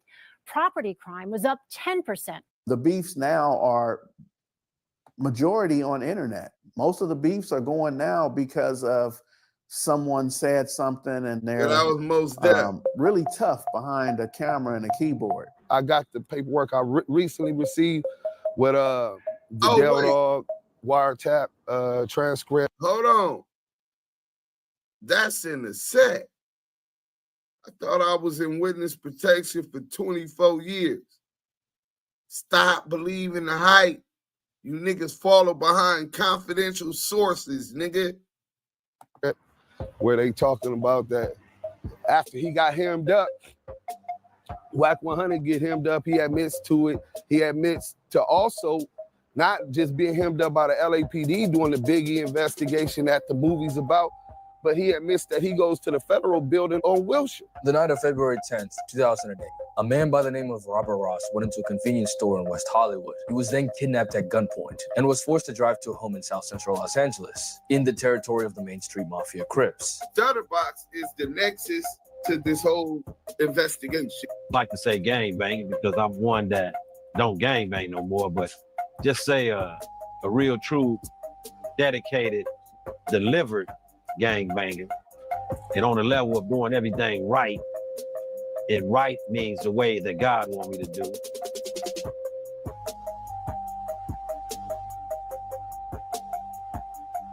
I'm back with another video. We are still on the West Coast with this one, this time with an official OG who was highly respected among his peers. So tap in. This one is going to be fire. The Del Edward Rouse, aka Del Dog, a 50-year-old black man, was shot and killed on Wednesday, July the 8th of 2015 in the 10,000 block of South Broadway in Broadway, Manchester, according to Los Angeles County Coroner's records. Shortly before 11:30 p.m., Del Dog was outside of an apartment complex talking to other people when an argument ensued. Then thereafter, a man pulled out a rifle and shot Del Dog to death. The gunman then fled in an SUV. Del Dog was pronounced dead at the scene at 11:37 p.m., according to coroner's records. On July the 26th of 2015, Michael Rouse, pastor of the Wrecking Crew for Christ Church, was faced with the biggest challenge of his life. Although Michael had officiated at hundreds of funerals, he was unable to write the eulogy for that Saturday service, which was his little brother's funeral. People packed the pews and aisles tightly for Liddell Edward Rouse, who was shot to death not far from the church where his funeral was was being held. Those who couldn't fit inside the new Temple Missionary Baptist Church listened from the lobby or waited outside for a chance to say their goodbyes. Michael Rouse gave a fiery sermon about recent violence in the neighborhood, tearfully stating that this day would not be overshadowed by gangbanging. The audience was filled with people who had personal stories about Liddell Rouse, aka Del Dog, a former gang member who created a foundation to help children and became known as the Street Apostle. Several parents mentioned his work in the outreach program Kids for Life Youth Center, while others praised Del Dog's ability to defuse dangerous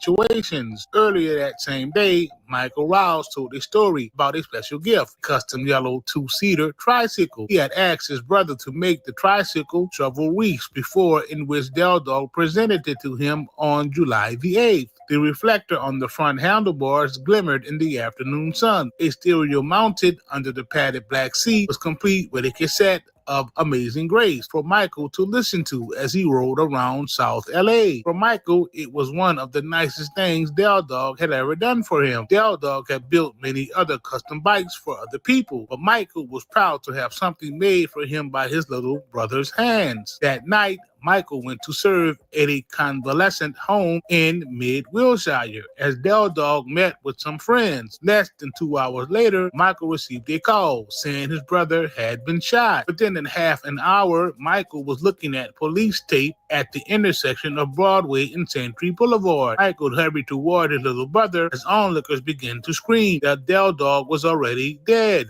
Michael stopped in the middle of the road and dropped his phone. A few seconds passed as he processed the scene as tears began to roll down his face. It is these turn of events that brings us to our story. Liddell Edward Rouse, born in 1964, grew up in the Broadway, Manchester neighborhood, the sixth of 10 children. Unbeknownst to many, Del Dog was a mama's boy, but grew closer to his older brother Michael as they moved through middle school and high school. Del Dog, almost 7 years younger than his older brother Michael, often followed his brother's path. They often worked on bikes and go-karts together on the weekend.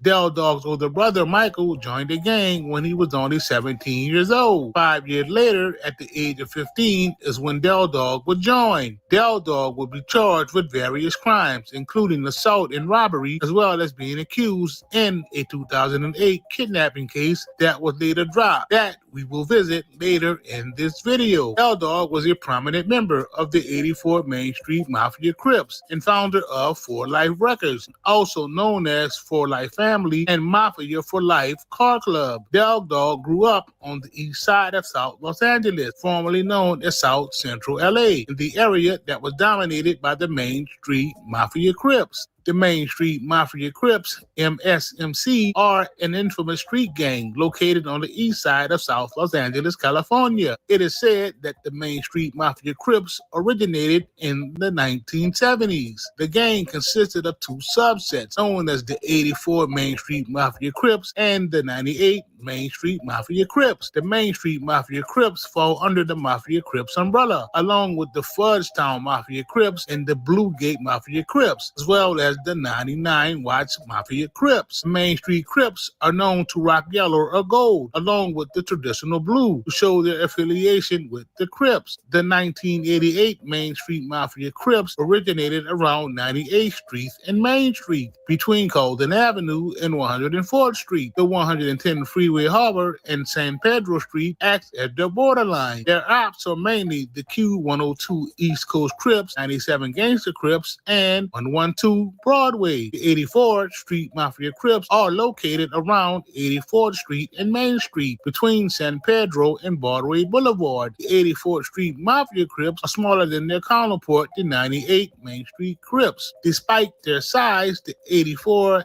MSMC are known for their brutal reputation of violence. Their main ops are the Mad Swan Bloods and the 87 Gangster Crips. In the 1990s, Del Dog became known for his relationship with celebrities in the entertainment world, especially his close friendship with retired professional basketball player Shaquille O'Neal, aka Shaq. In the early 2000s, Del Dog and his record company 4 Life Records released a string of music, including mixtapes such as 4 Life Mixtape Volume 1 and Bases Loaded. These albums commonly featured well-known established artists such as The Chill of Compton Most Wanted, Trey D and Goldie Loke of the East Siders, and CPO Boss Hogg of Death Row Records. On February the 11th of 2008, Del Dog and several other men affiliated with the Main Street Mafia Crips were accused of kidnapping, robbing, and torturing Robert Ross, aka Stutterbox, a former business partner of Shaquille O'Neal, who allegedly threatened to expose a sex tape of Shaq cheating on his wife with several women. Stutterbox walked into the Los Angeles Police Department 77th Street Division and told police he was kidnapped. Stutterbox also told authorities that the kidnappers were acting on behalf of Shaq when he was abducted at gunpoint on the Sunset Strip in West Hollywood.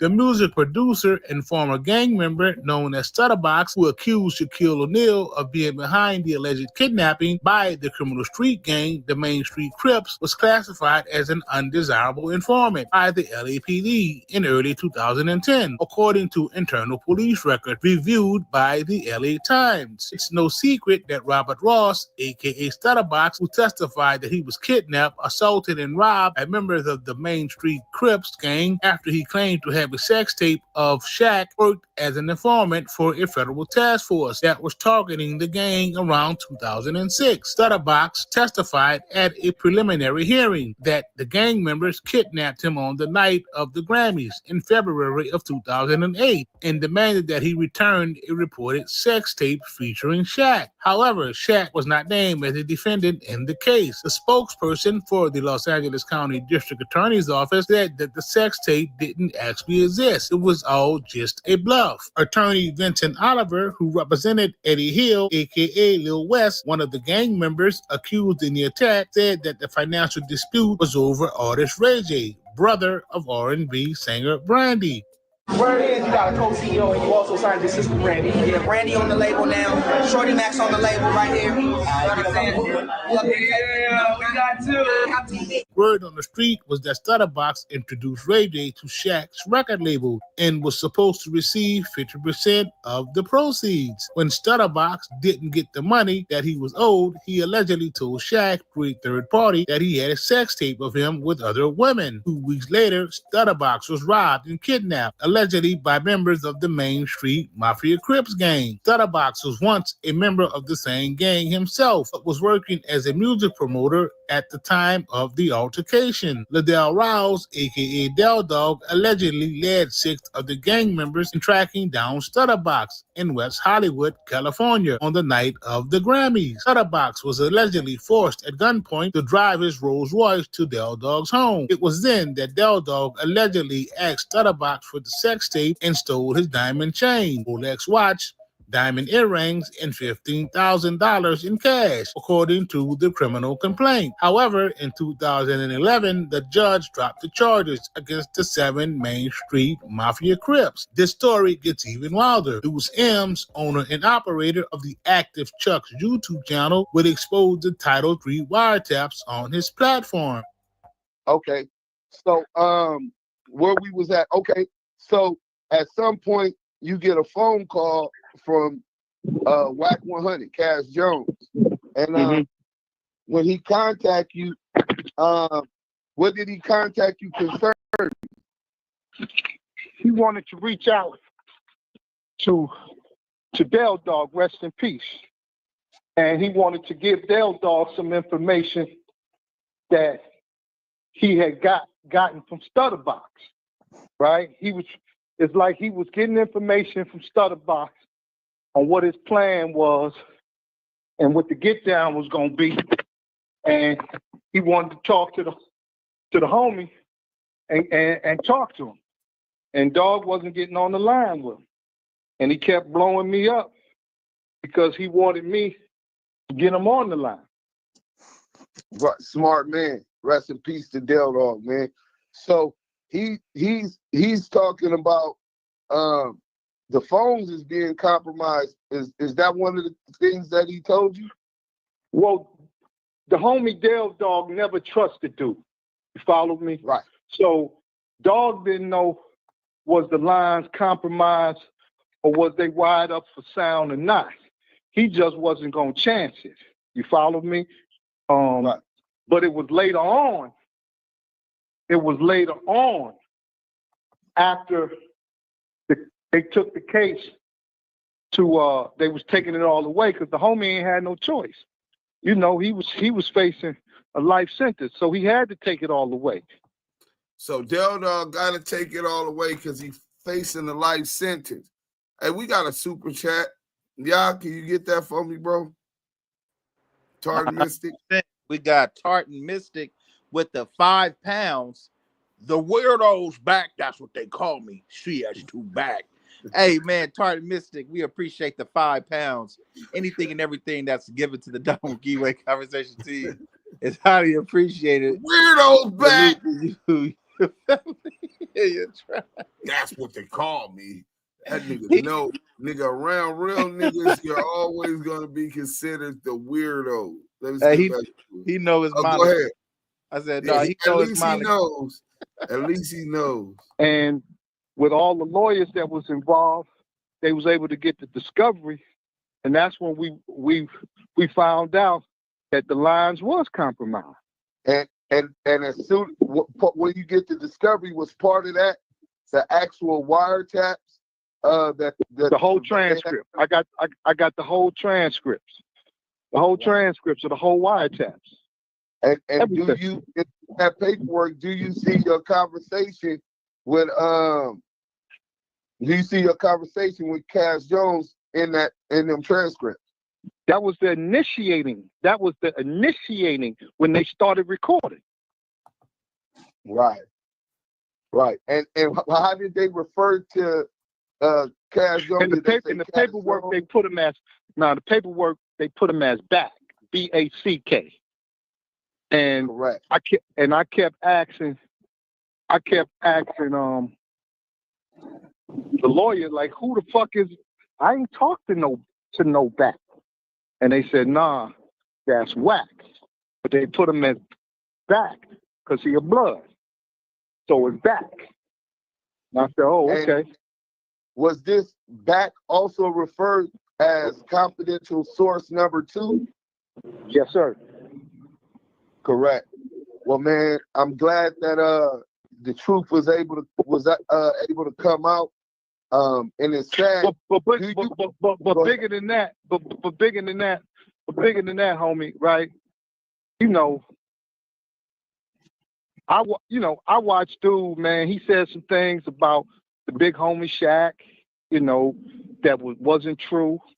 He said some things like he been trying to destroy the big homie Big U name, and I'm seeing and watching this.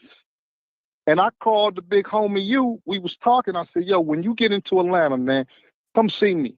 Because I had what I had for years. And when I gave it to the homie, I said, man, you read it. Because it was a big-ass textbook of shit. And the homie just sided with what was right. He said, I can't fuck with dude no more. And that was the end of that. Until Wack started attacking, and that's when Wack started attacking him with false allegations and all of this online weird shit, right? Correct, because the homie Big U asked me why I didn't fuck with the nigga, and I said, when you pull up, I'm gonna show you. I want you to read it. And when he read it, he was like, oh, okay, I see why you don't fuck with the nigga. I can't fuck with the nigga. And that was it. Wait, how long was it from when you first got it that you met you in Atlanta to show him the work?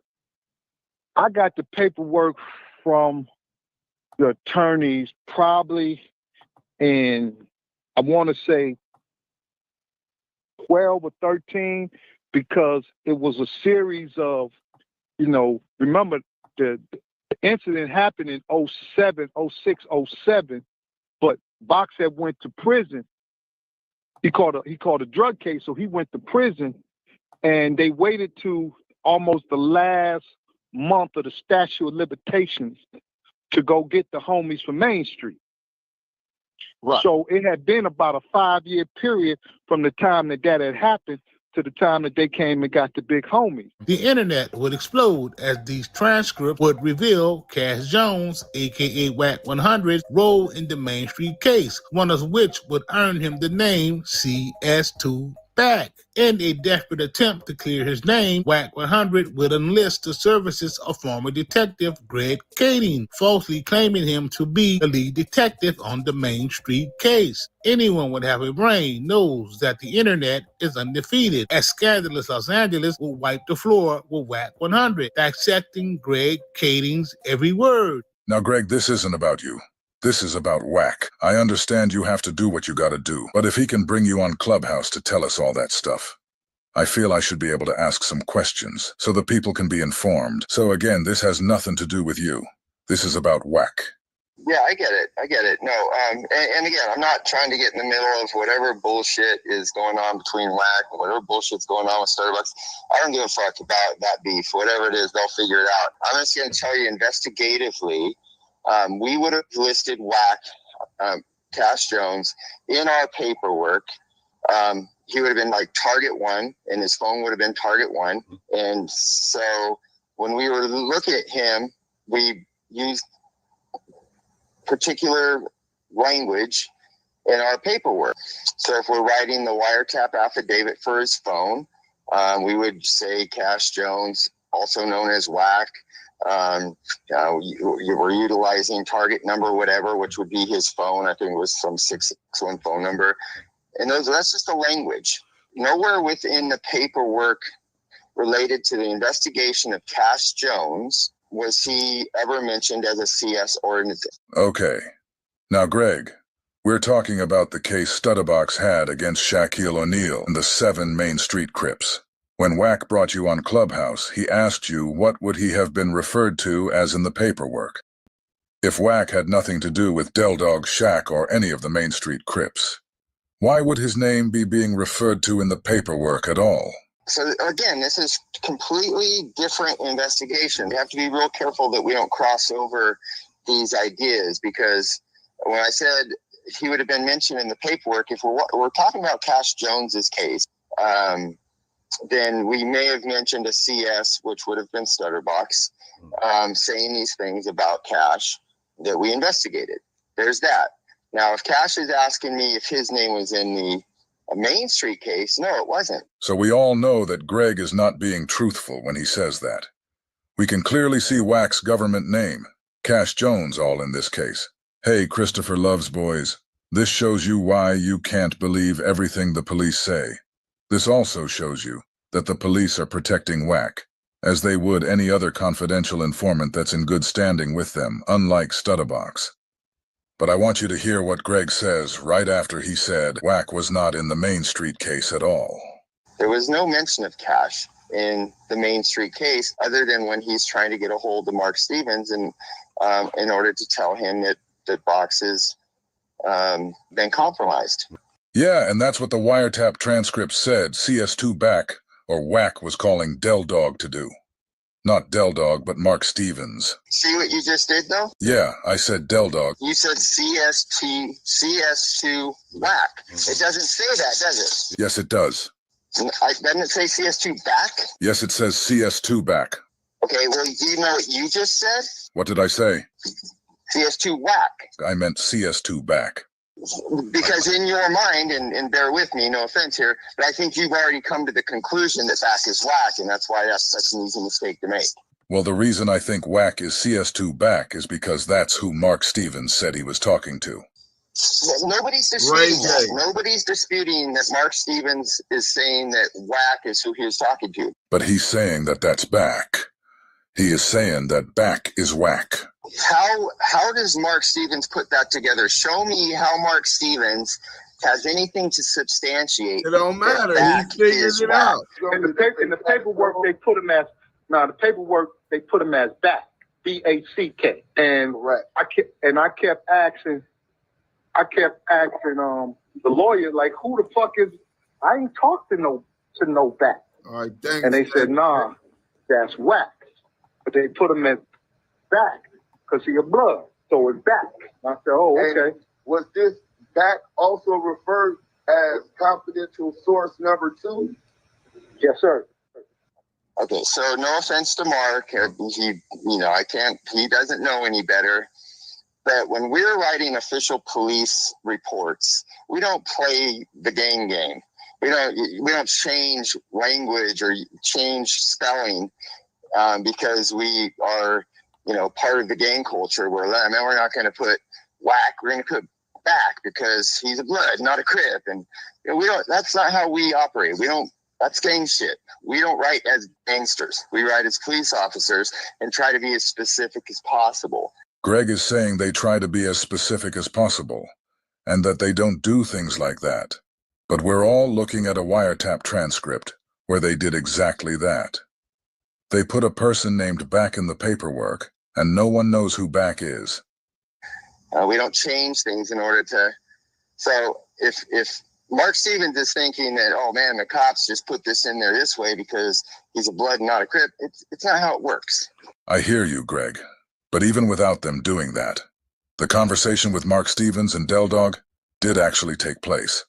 And Mark Stevens is saying the person who called him looking for Del Dog's phone number was Wack.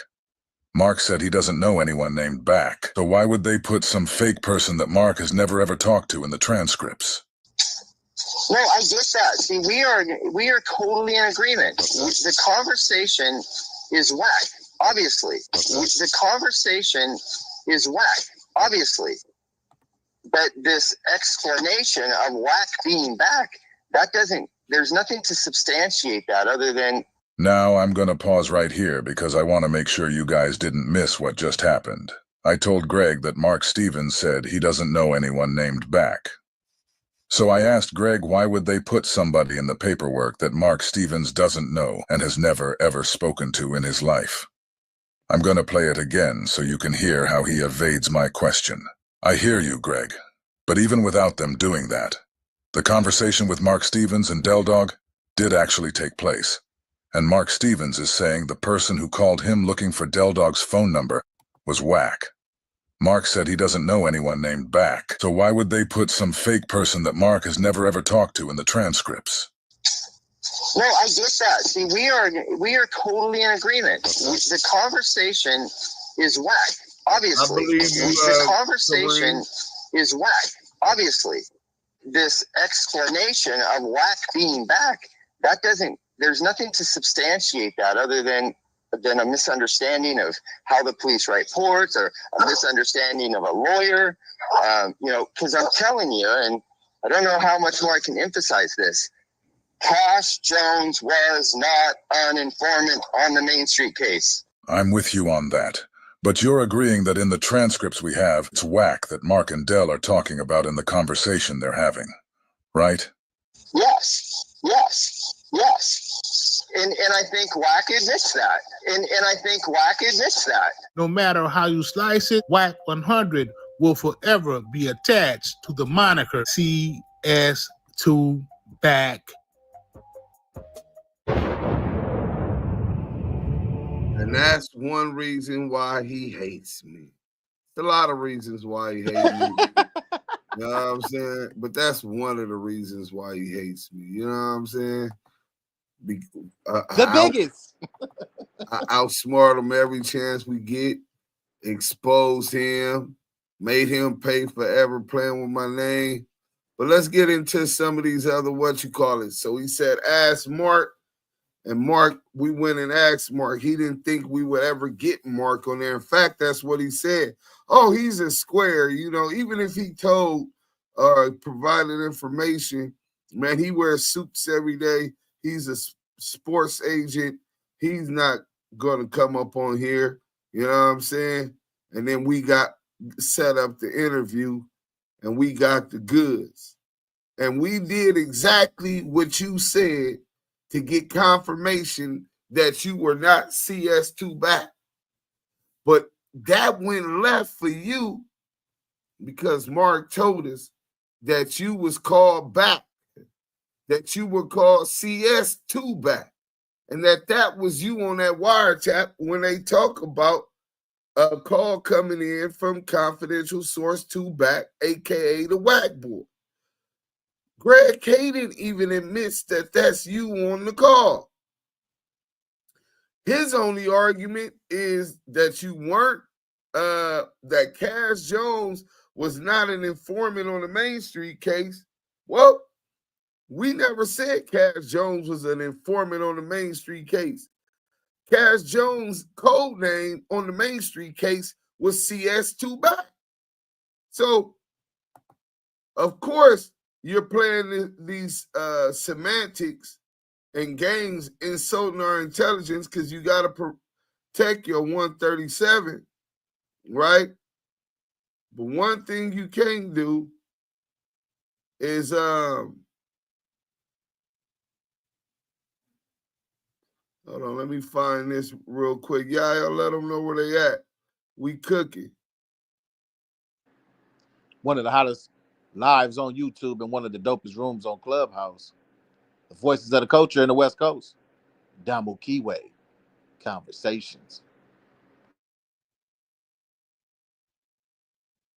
Damn, I don't even know. I think I deleted all of the damn paperwork from this, I'm trying to find it real fast. Oh, here it go. Let's go here. Hey, everybody at Young and Hefe in the chat, right?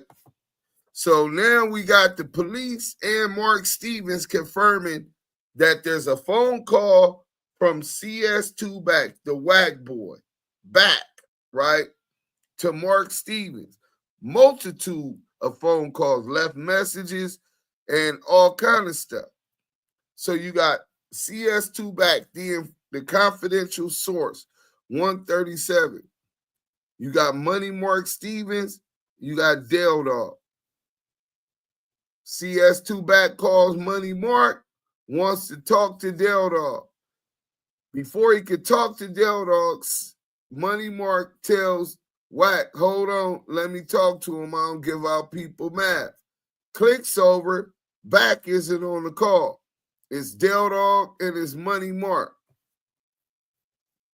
So that means Dale Dog and Money Mark cannot be CS2 Back.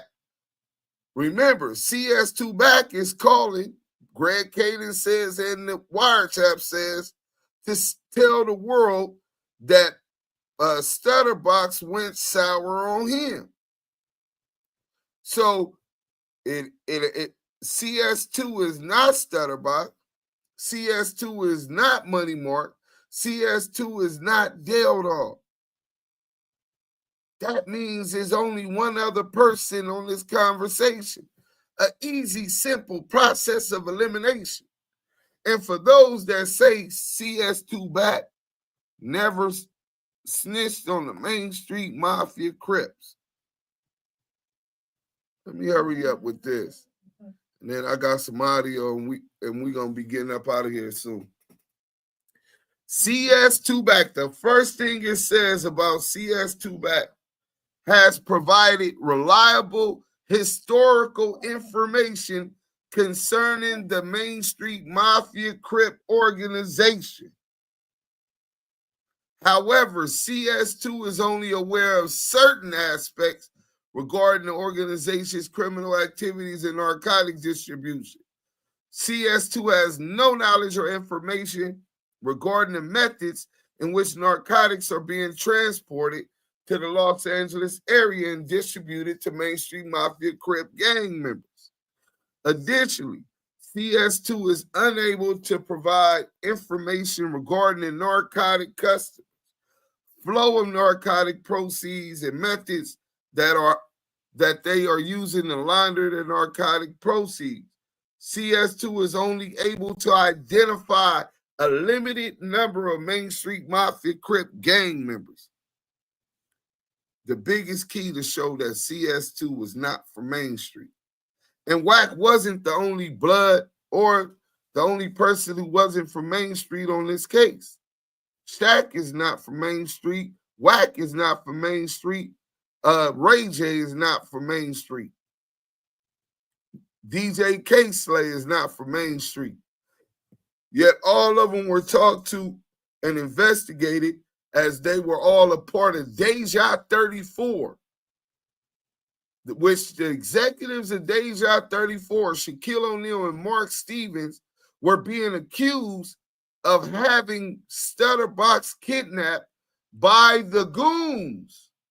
The dudes that Young and Hefe were talking to, they weren't privy to these conversations, these wiretaps, or the know-how about all of that. They weren't necessarily privy to all of this, right? So those dudes wouldn't necessarily be able to tell you that Wack told on them. They could tell you that Wack didn't tell on them because they didn't have no interactions with Wack like that. But Money Mark did, Shaq did, and Wack was trying to have that type of communication with Dog. Stutterbox did. In fact, Wack admits he was riding with Box throughout the whole shit. All the while he was trying to backstab him and call Dog. So, if y'all also pay attention, the nigga CS2 Back, not only was did Wack CS2 Back provide historical reliable information on the Main Street Crips, but if you pay attention to the wiretap, you hear Dog give some instructions to Money Mark Stevens. He tells Money Mark Stevens to be sure to get, when you talk to the Wack boy, be sure to get him talking about certain things on the phone. Because you know that's what they got going on, right?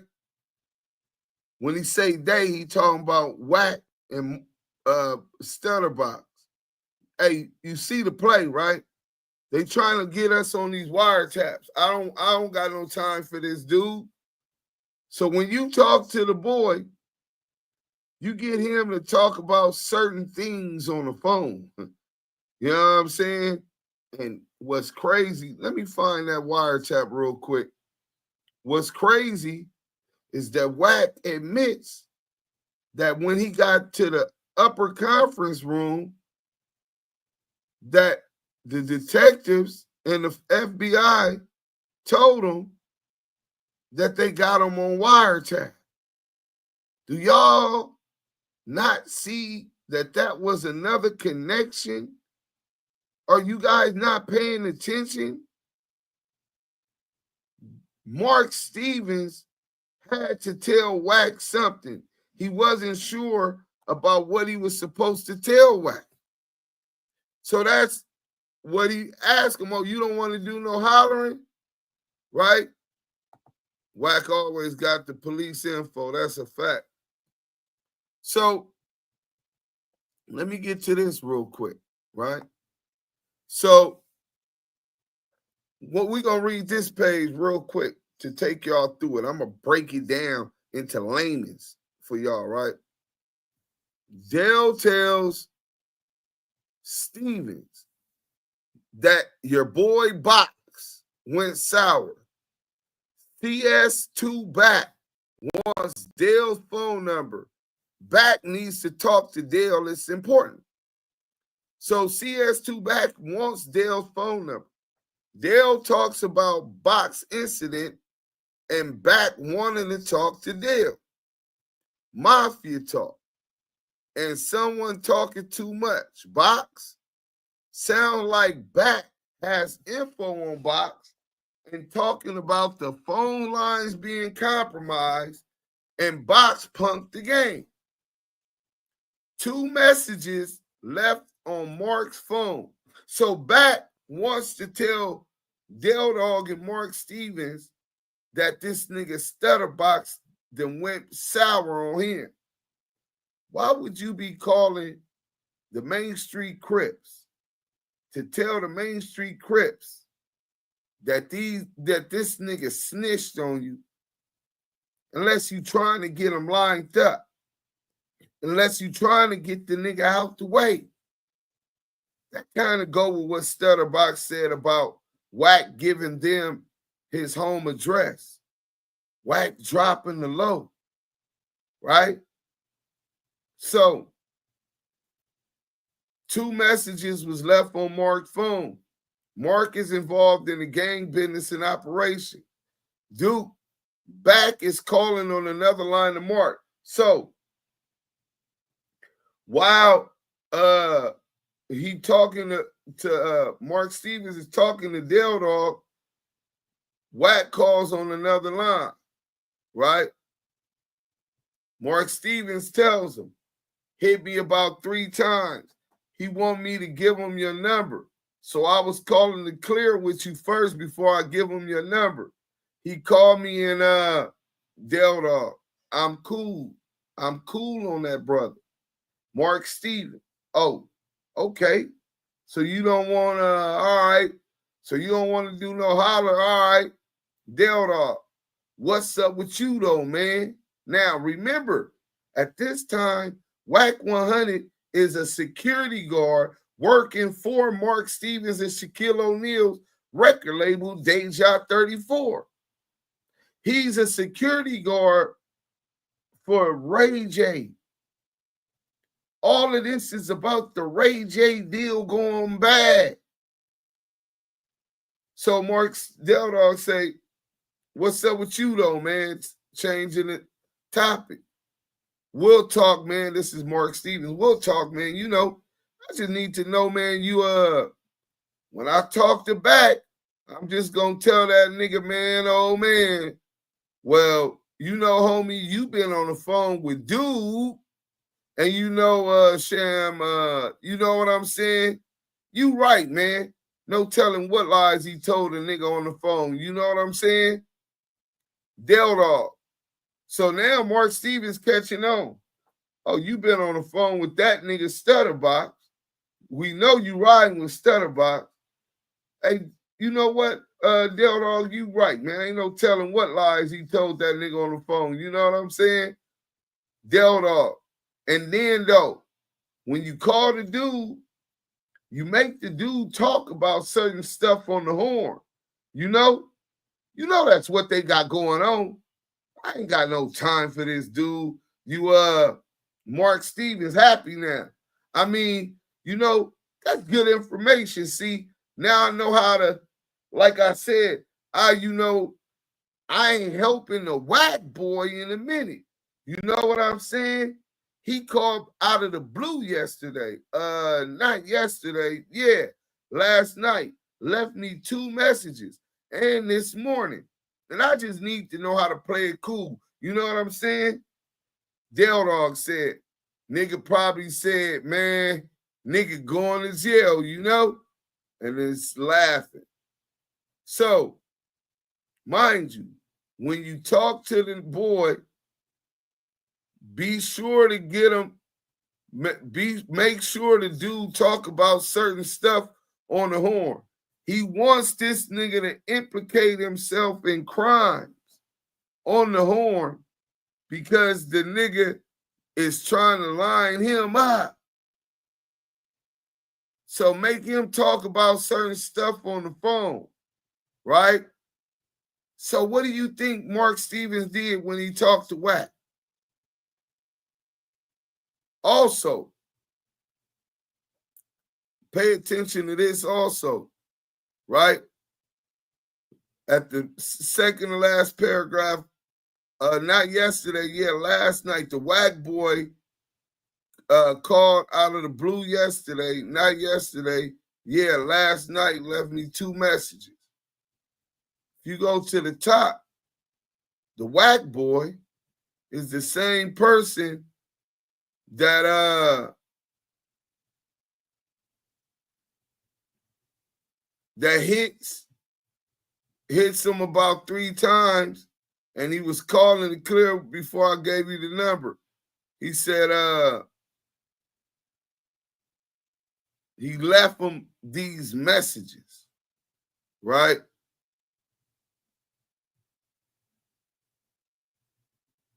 but he knows that the phones is tapped, compromised. He know the Stutterbox went bad. Who did Wack say told on him? Stutterbox. So we're going to close that off real quick. We don't need to go back through that paperwork, but I definitely want y'all to see that. So what y'all think happened with Mark Stevens when next time he talked to Back? He got him on the wiretap. Remember? Remember Wack said when he got up to the upper room and they told him that they had him on two things? Well, one of them was a wire. We finna get into that real quick, and I'm gonna play some more stuff. Y'all hit that like button, man. We cooking. I told y'all we gonna cook. At least y'all can do is show that love. Let's go, man. You know what I'm saying? So let's get to this. Remember, he said, get him on the phone. Get him when you talk to the dude, get him to talk about certain stuff on the phone to incriminate himself. He been talking to the boy, meaning Stutterbox, who's sour. And you know that's what they got going on. They trying to get us to talk on the phone. So when you talk to the boy, you get him to talk about certain shit on the phone. Let's go. Second thing they had against me, they press play, wiretap. This is why I know when I hear certain wiretaps was conspiracy, how they'd get you.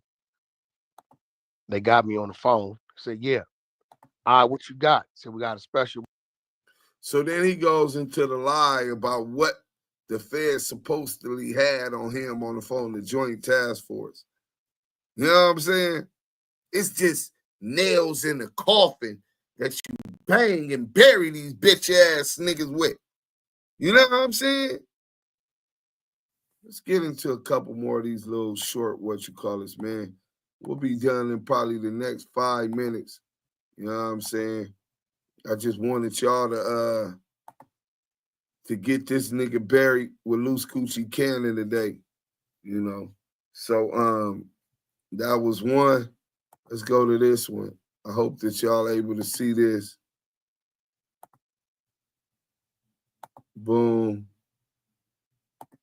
Let's go here. Is y'all able to see that? No, y'all not, huh? Let me stop the screen sharing and go back to it. Oh, yeah, there it go. Boom. Hit that like button. Let's go.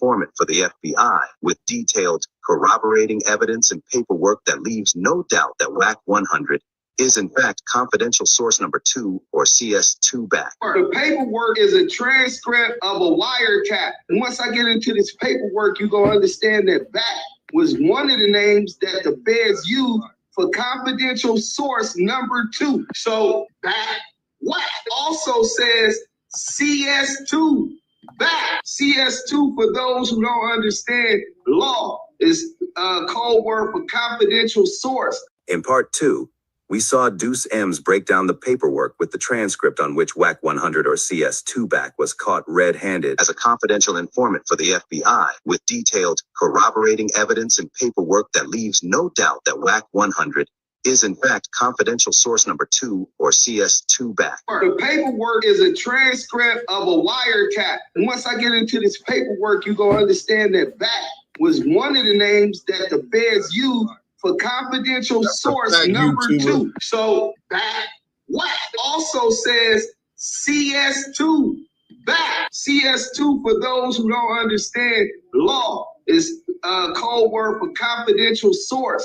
In part 2, we saw Deuce M's break down the paperwork with the transcript on which Wack100 or CS2 back was caught red-handed as a confidential informant for the FBI with detailed corroborating evidence and paperwork that leaves no doubt that Wack100 is in fact confidential source number 2 or CS2 back.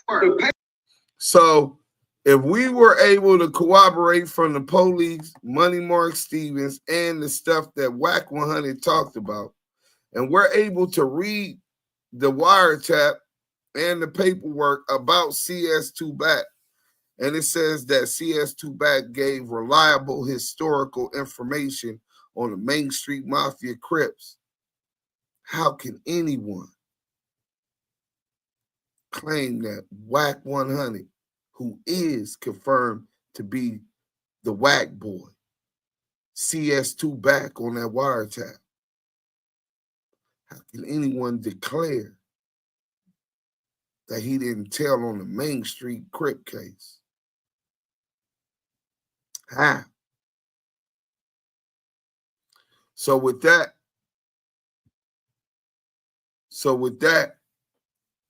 we're going to go ahead and get into a couple more of these, I think it's 2 more, and then I'm going to be done with y'all till tomorrow.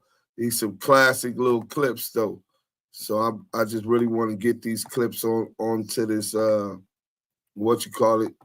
that y'all can enjoy them, those that's watching on the replay game. And also this Dog. And then when you call the dude, you make the dude talk about certain stuff on the horn, you know that's what they got going on. He talking about Stutterbox and Wack100 got that going on. I ain't got no time for this dude. So then Mafia style say, I mean, that's good information. See, now I know how to, like I said, I ain't helping the Wack boy in a minute. The Wack boy in a minute. You know what I'm saying? He called me out of the blue yesterday. Not yesterday, last night. Left me 2 messages. And this morning. And I just need to know how to play it cool. You know what I'm saying? No telling what lies he told a on the phone. You know what I'm saying? So they already own Stutterbox and Wack100. And then also this Dog. And then when you call the dude, you make the dude talk about certain stuff on the horn, that's what they got going on. He talking about Stutterbox and Wack100 got that going on. I ain't got no time for this dude. So then Mafia style say, I mean, that's good information. See, now I know how to, like I said, I ain't helping the Wack boy in a minute. The Wack boy in I ain't helping the Wack boy. I ain't helping the Wack boy in a minute. You know what I'm saying? He ain't helping him because remember, the Wack boy works for Mark Stevens. That's who gave him the job. But look, we got another super chat. Shout out to Tart Mystic, $2 pound. I mean, $2 pound. What you mean? I talked to dog. Hey, man, I really appreciate y'all hanging out with us for 3 hours. So much so, I'm going to give y'all something special today. And, hey, what's the young nigga I said I like him? His dad, he seemed to be growing, but he said he was still going to keep fucking with Wack, and he protecting the J Hood, your dad wasn't 100% truthful with you when he says that the only reason he started working was to protect his niece from being kidnapped. See, before your dad got to beefing with his own homies, you know what I'm saying? He was already working with the task force and the FBI in this case. Remember, he was a suspect in the Biggie case, in the Biggie murder case, as he got caught with an ID, say Amir Muhammad, in 1995. And then he lied to Greg Caden and Detective Darren Dupree and told them he started using that name when he went to jail and became a Muslim. So that was a lie. And I could prove, documented proof, that Robert Ross after being kidnapped, allegedly kidnapped, and taken to Del Dog and released to go get the tape and more money, he contacted Darren Dupree, which means he already had Darren Dupree's phone number before he was kidnapped. Now that is why I'm going to give y'all that tonight, because y'all stayed in here and y'all fucked with some real ones. Hey, let me share this with y'all. That we had set in motion began to mesh. We got a call from an FBI agent who was JLJST. As the separate gears of the investigation that we had set in motion began to mesh, we got a call from an FBI agent who was working with an informant he thought might prove useful to us. His name was Robert Ross. The agent had been actively investigating Ross's gang, the Main Street Crips, and he informed us Ross had been helpful in providing inside information. Ross went by the name Stutterbox, Box for short, a reference to his habit of stammering when he got excited or scared. We made arrangements to meet the informant at a West Side Starbucks, and as we pulled into the parking lot on that crisp November morning, we spotted a man sitting in the driver's seat of a white Rolls-Royce Phantom. Darren and I looked at each other. An buoyant individual be the guy we had come to talk to, but by that time, Stutterbox, flashing a large diamond stud earring, had gotten out of the Rolls and was walking toward us. Even if we didn't immediately recognize him, he seemed to one-time Pacoima Piru, Stutterbox continued. Cash Jones was Sugay's primary courier, running dope on a route up and down the West Coast from Washington State to National City, just below San Diego near the Mexican border. Jones, an operator-owner at a trucking firm, had a rig specially built to transport high-end autos, an echo of Kevin Davis's operation to run dope from California to Virginia using his auto restoration business. When we asked Ross how he was privy to this information, he told us that he and Jones were old friends. The two, in fact, had met with Sugay in Las Vegas in the company of the alleged Mexican dealer. It was, on the face...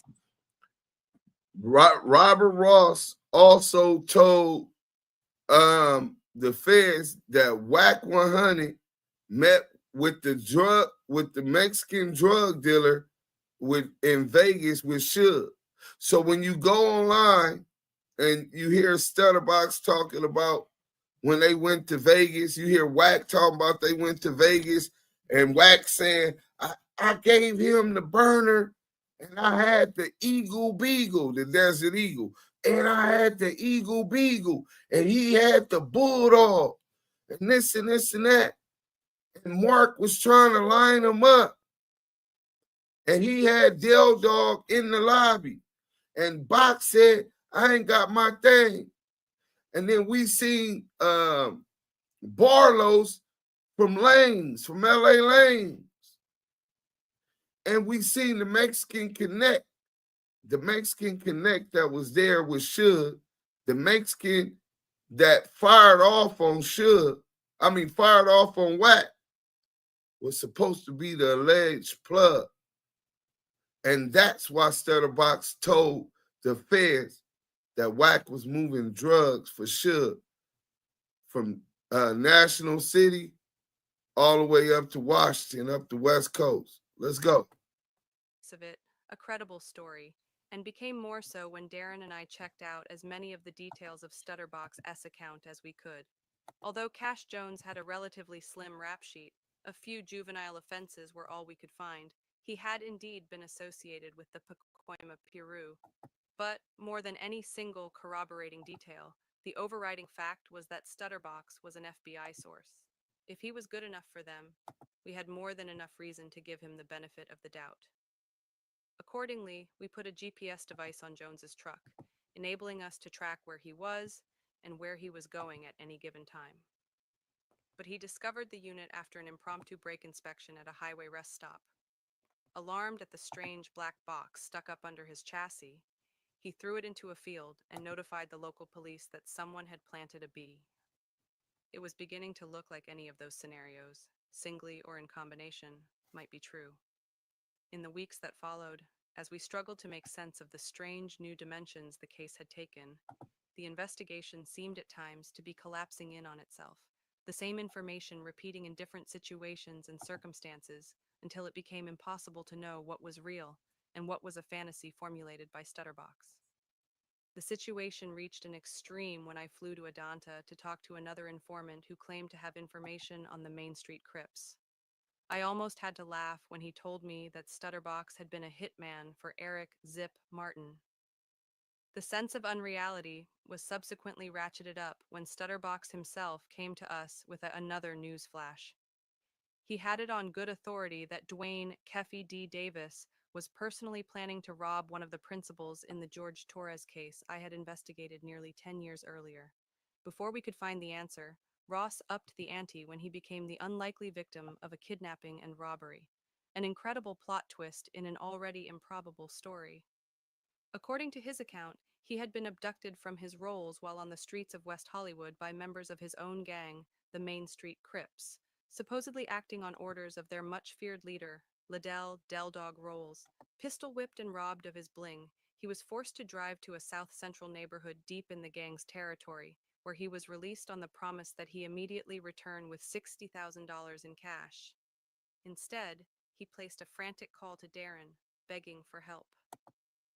Instead of going to get the money and the sex tape, he placed a frantic call to Darren. Darren being the hip-hop police. Darren being Darren Dupree, LAPD, Joint Task Force. The same ones investigating the Tupac and Biggie murder investigation. The same one working on the Lil Durk murder for hire investigation. And the same one who is broke CS2 back and stopped his truck when they hemmed him up on that. And he worked on this Big U case.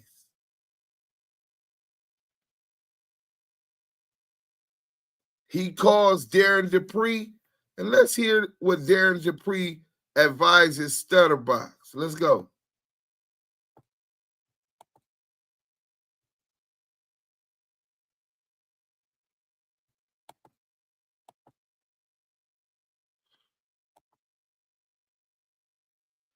I don't want to play now that I stopped it. Hold on.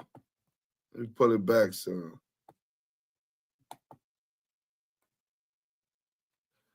Hit that like button, man. We cooking right now. Dupree shouldn't exist.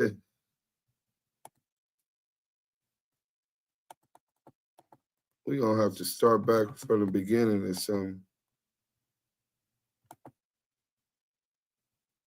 Oh, yeah, something's going on. So let me do this real quick.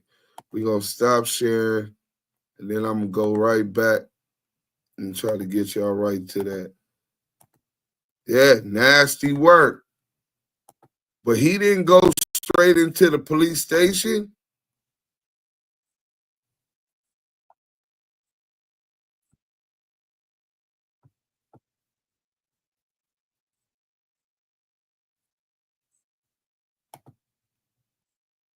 Was subsequently ratcheted up when Stutterbox himself came to us with another news flash.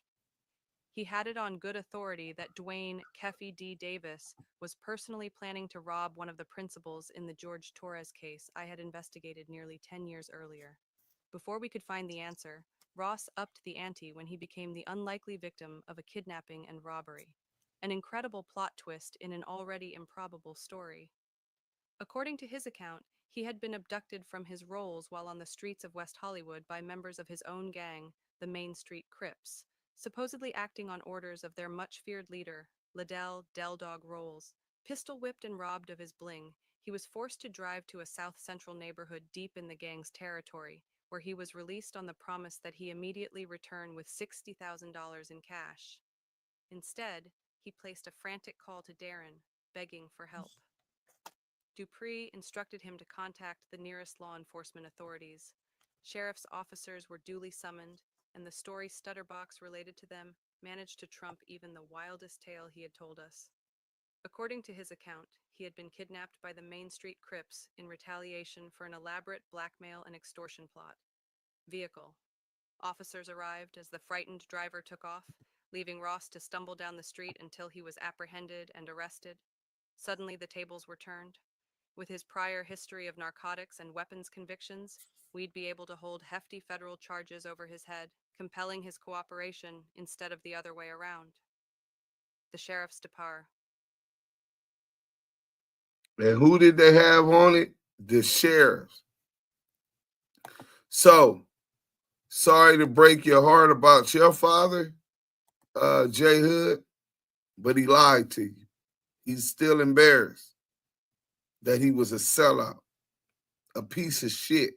You know what I'm saying? It was such a sad story the other day, and I was commending him on his growth and understanding his position. He riding with his dad no matter what. Well, we're not coming to hurt your dad or nothing, but we're going to keep the facts up on the board. You know what I'm saying? We don't hide or harbor no rats. So when he tell you that's the only reason, and that's when they got in his life, he's lying. How else was he going to call Darren Dupree, who tells him to go to the closest local police station?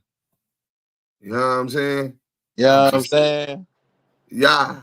Hey, Jay Hood, let me tell you something, brother.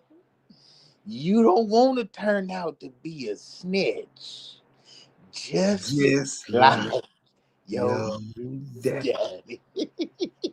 Just like Luce Coochie. You don't want to be Luce Coochie, man. Hey, Jay Hood, brother, like Dude said, listen, I don't know the nigga. I just know the niggas all bad, and we don't rock with those type of individuals over here. There's no strike. You can't be a snitch and be like, oh yeah, I told, but it's all good. No, brother, it is not all good, and you still trying to play somebody in these streets. You got to go sit your ass down somewhere, sir. Yeah, but that's one thing that he did say that I agree with, because like I said, whatever politics the Main Street had going on, that was their business. He's still here, and obviously them dudes over there ain't trying to do nothing to him, or it would have been done. So I think he said he told his dad, you stay in that gated community, you stay driving that Bentley or whatever kind of car he got now, Rolls Royce or whatever, you know what I'm saying? And you stay the fuck out the streets and the politics. And I get it. Nigga, that's his dad. He gonna ride with him. I ain't mad at him for none of that shit. You know what I'm saying? That's what you supposed to turn against your dad. You know, and he said he don't agree with what his dad did. You know what I'm saying? So with that, I don't disagree with him. It ain't no beef, but we gonna keep everything factual up over here. So when they said that the sheriffs were sent out once he got to the station, the sheriffs that were sent out were Detective Fournier and Detective Coet. That's Detective Fournier and Detective Michael Coet. Well, first, it was Detective Quintero. And they told Quintero that they were assigned to a task force with the LAPD, and they were involved in a Main Street Crip investigation. Investigators requested this case be reassigned to them, and their request was granted. So they got the case from Detective Quintero and the Main Street case, and they became the lead investigators, and they interviewed Robert Ross. These two sheriff detectives who were on this joint task force with Greg Caden and Darren Dupree. Y'all want to know who that is? Let me show y'all real quick. In case y'all forget who these police officers are, right? We're going to show you this, and y'all go take us out. It'll be about 2 minutes, man. Don't leave before you get this last little bit of game. You know what I'm saying? Take us out now, or you gonna wait? No, right now. Give me a couple seconds, and we up out of here. I just want them to know Okay. Who Detective Michael Coet is. The lead of the Main Street case. The Main Street investigation, right? I just want them to know before we leave who that is. You understand? Oh, here it go. It won't take that long. Let's go. Detective Michael Coet. Let me introduce you all to Detective Michael Coet. Dude that spoke on Shaq, he's completely right, because I was caught up in the middle of all that. Well, first of all, there were no arrests made other than Cash Jones. Wack100 most that officer that you just saw up on that TV. No arrests made. Let me blow that up so y'all can see his face. Had a face to it. The guy you see on that TV, on the Bond first interview that they took down, once we recorded it, they realized what they did and took it down. How guilty is that? Wack got Reggie to take it down. That's the lead investigator on the Main Street case. Well, his partner, Paul Fournier, was the lead, but he was with him, and they were both on the joint task force. And he said the only one arrested on that case was Cash Jones. Salute to everybody, all my doubters, the haters, those that try to strip the respect that should be afforded to us for our journalistic work, our research, ability to decipher and understand paperwork, the time and patience that we put in the research, networking and utilizing our resources to spread the word. Yael. Let them know where they was at and take us out, King. And listen, man, y'all done sat through 3.5 hours of hot content, man. Salute to everybody on Clubhouse, man, that sat through the content, man. Salute to the moms that was on their job, and salute to the goo. And if you shared the room 3 times so we can get that shine, man, we appreciate that. Man, y'all done sat through 3.5 hours of content on YouTube Live, man, with Deuce M's The Don and Yael the Kiwe Pop Star, with the receipts and the most authentic voices of the culture in the West Coast. Damu Kiwe Conversations. Live what I rap, rap what I live. I'm a day one from my section.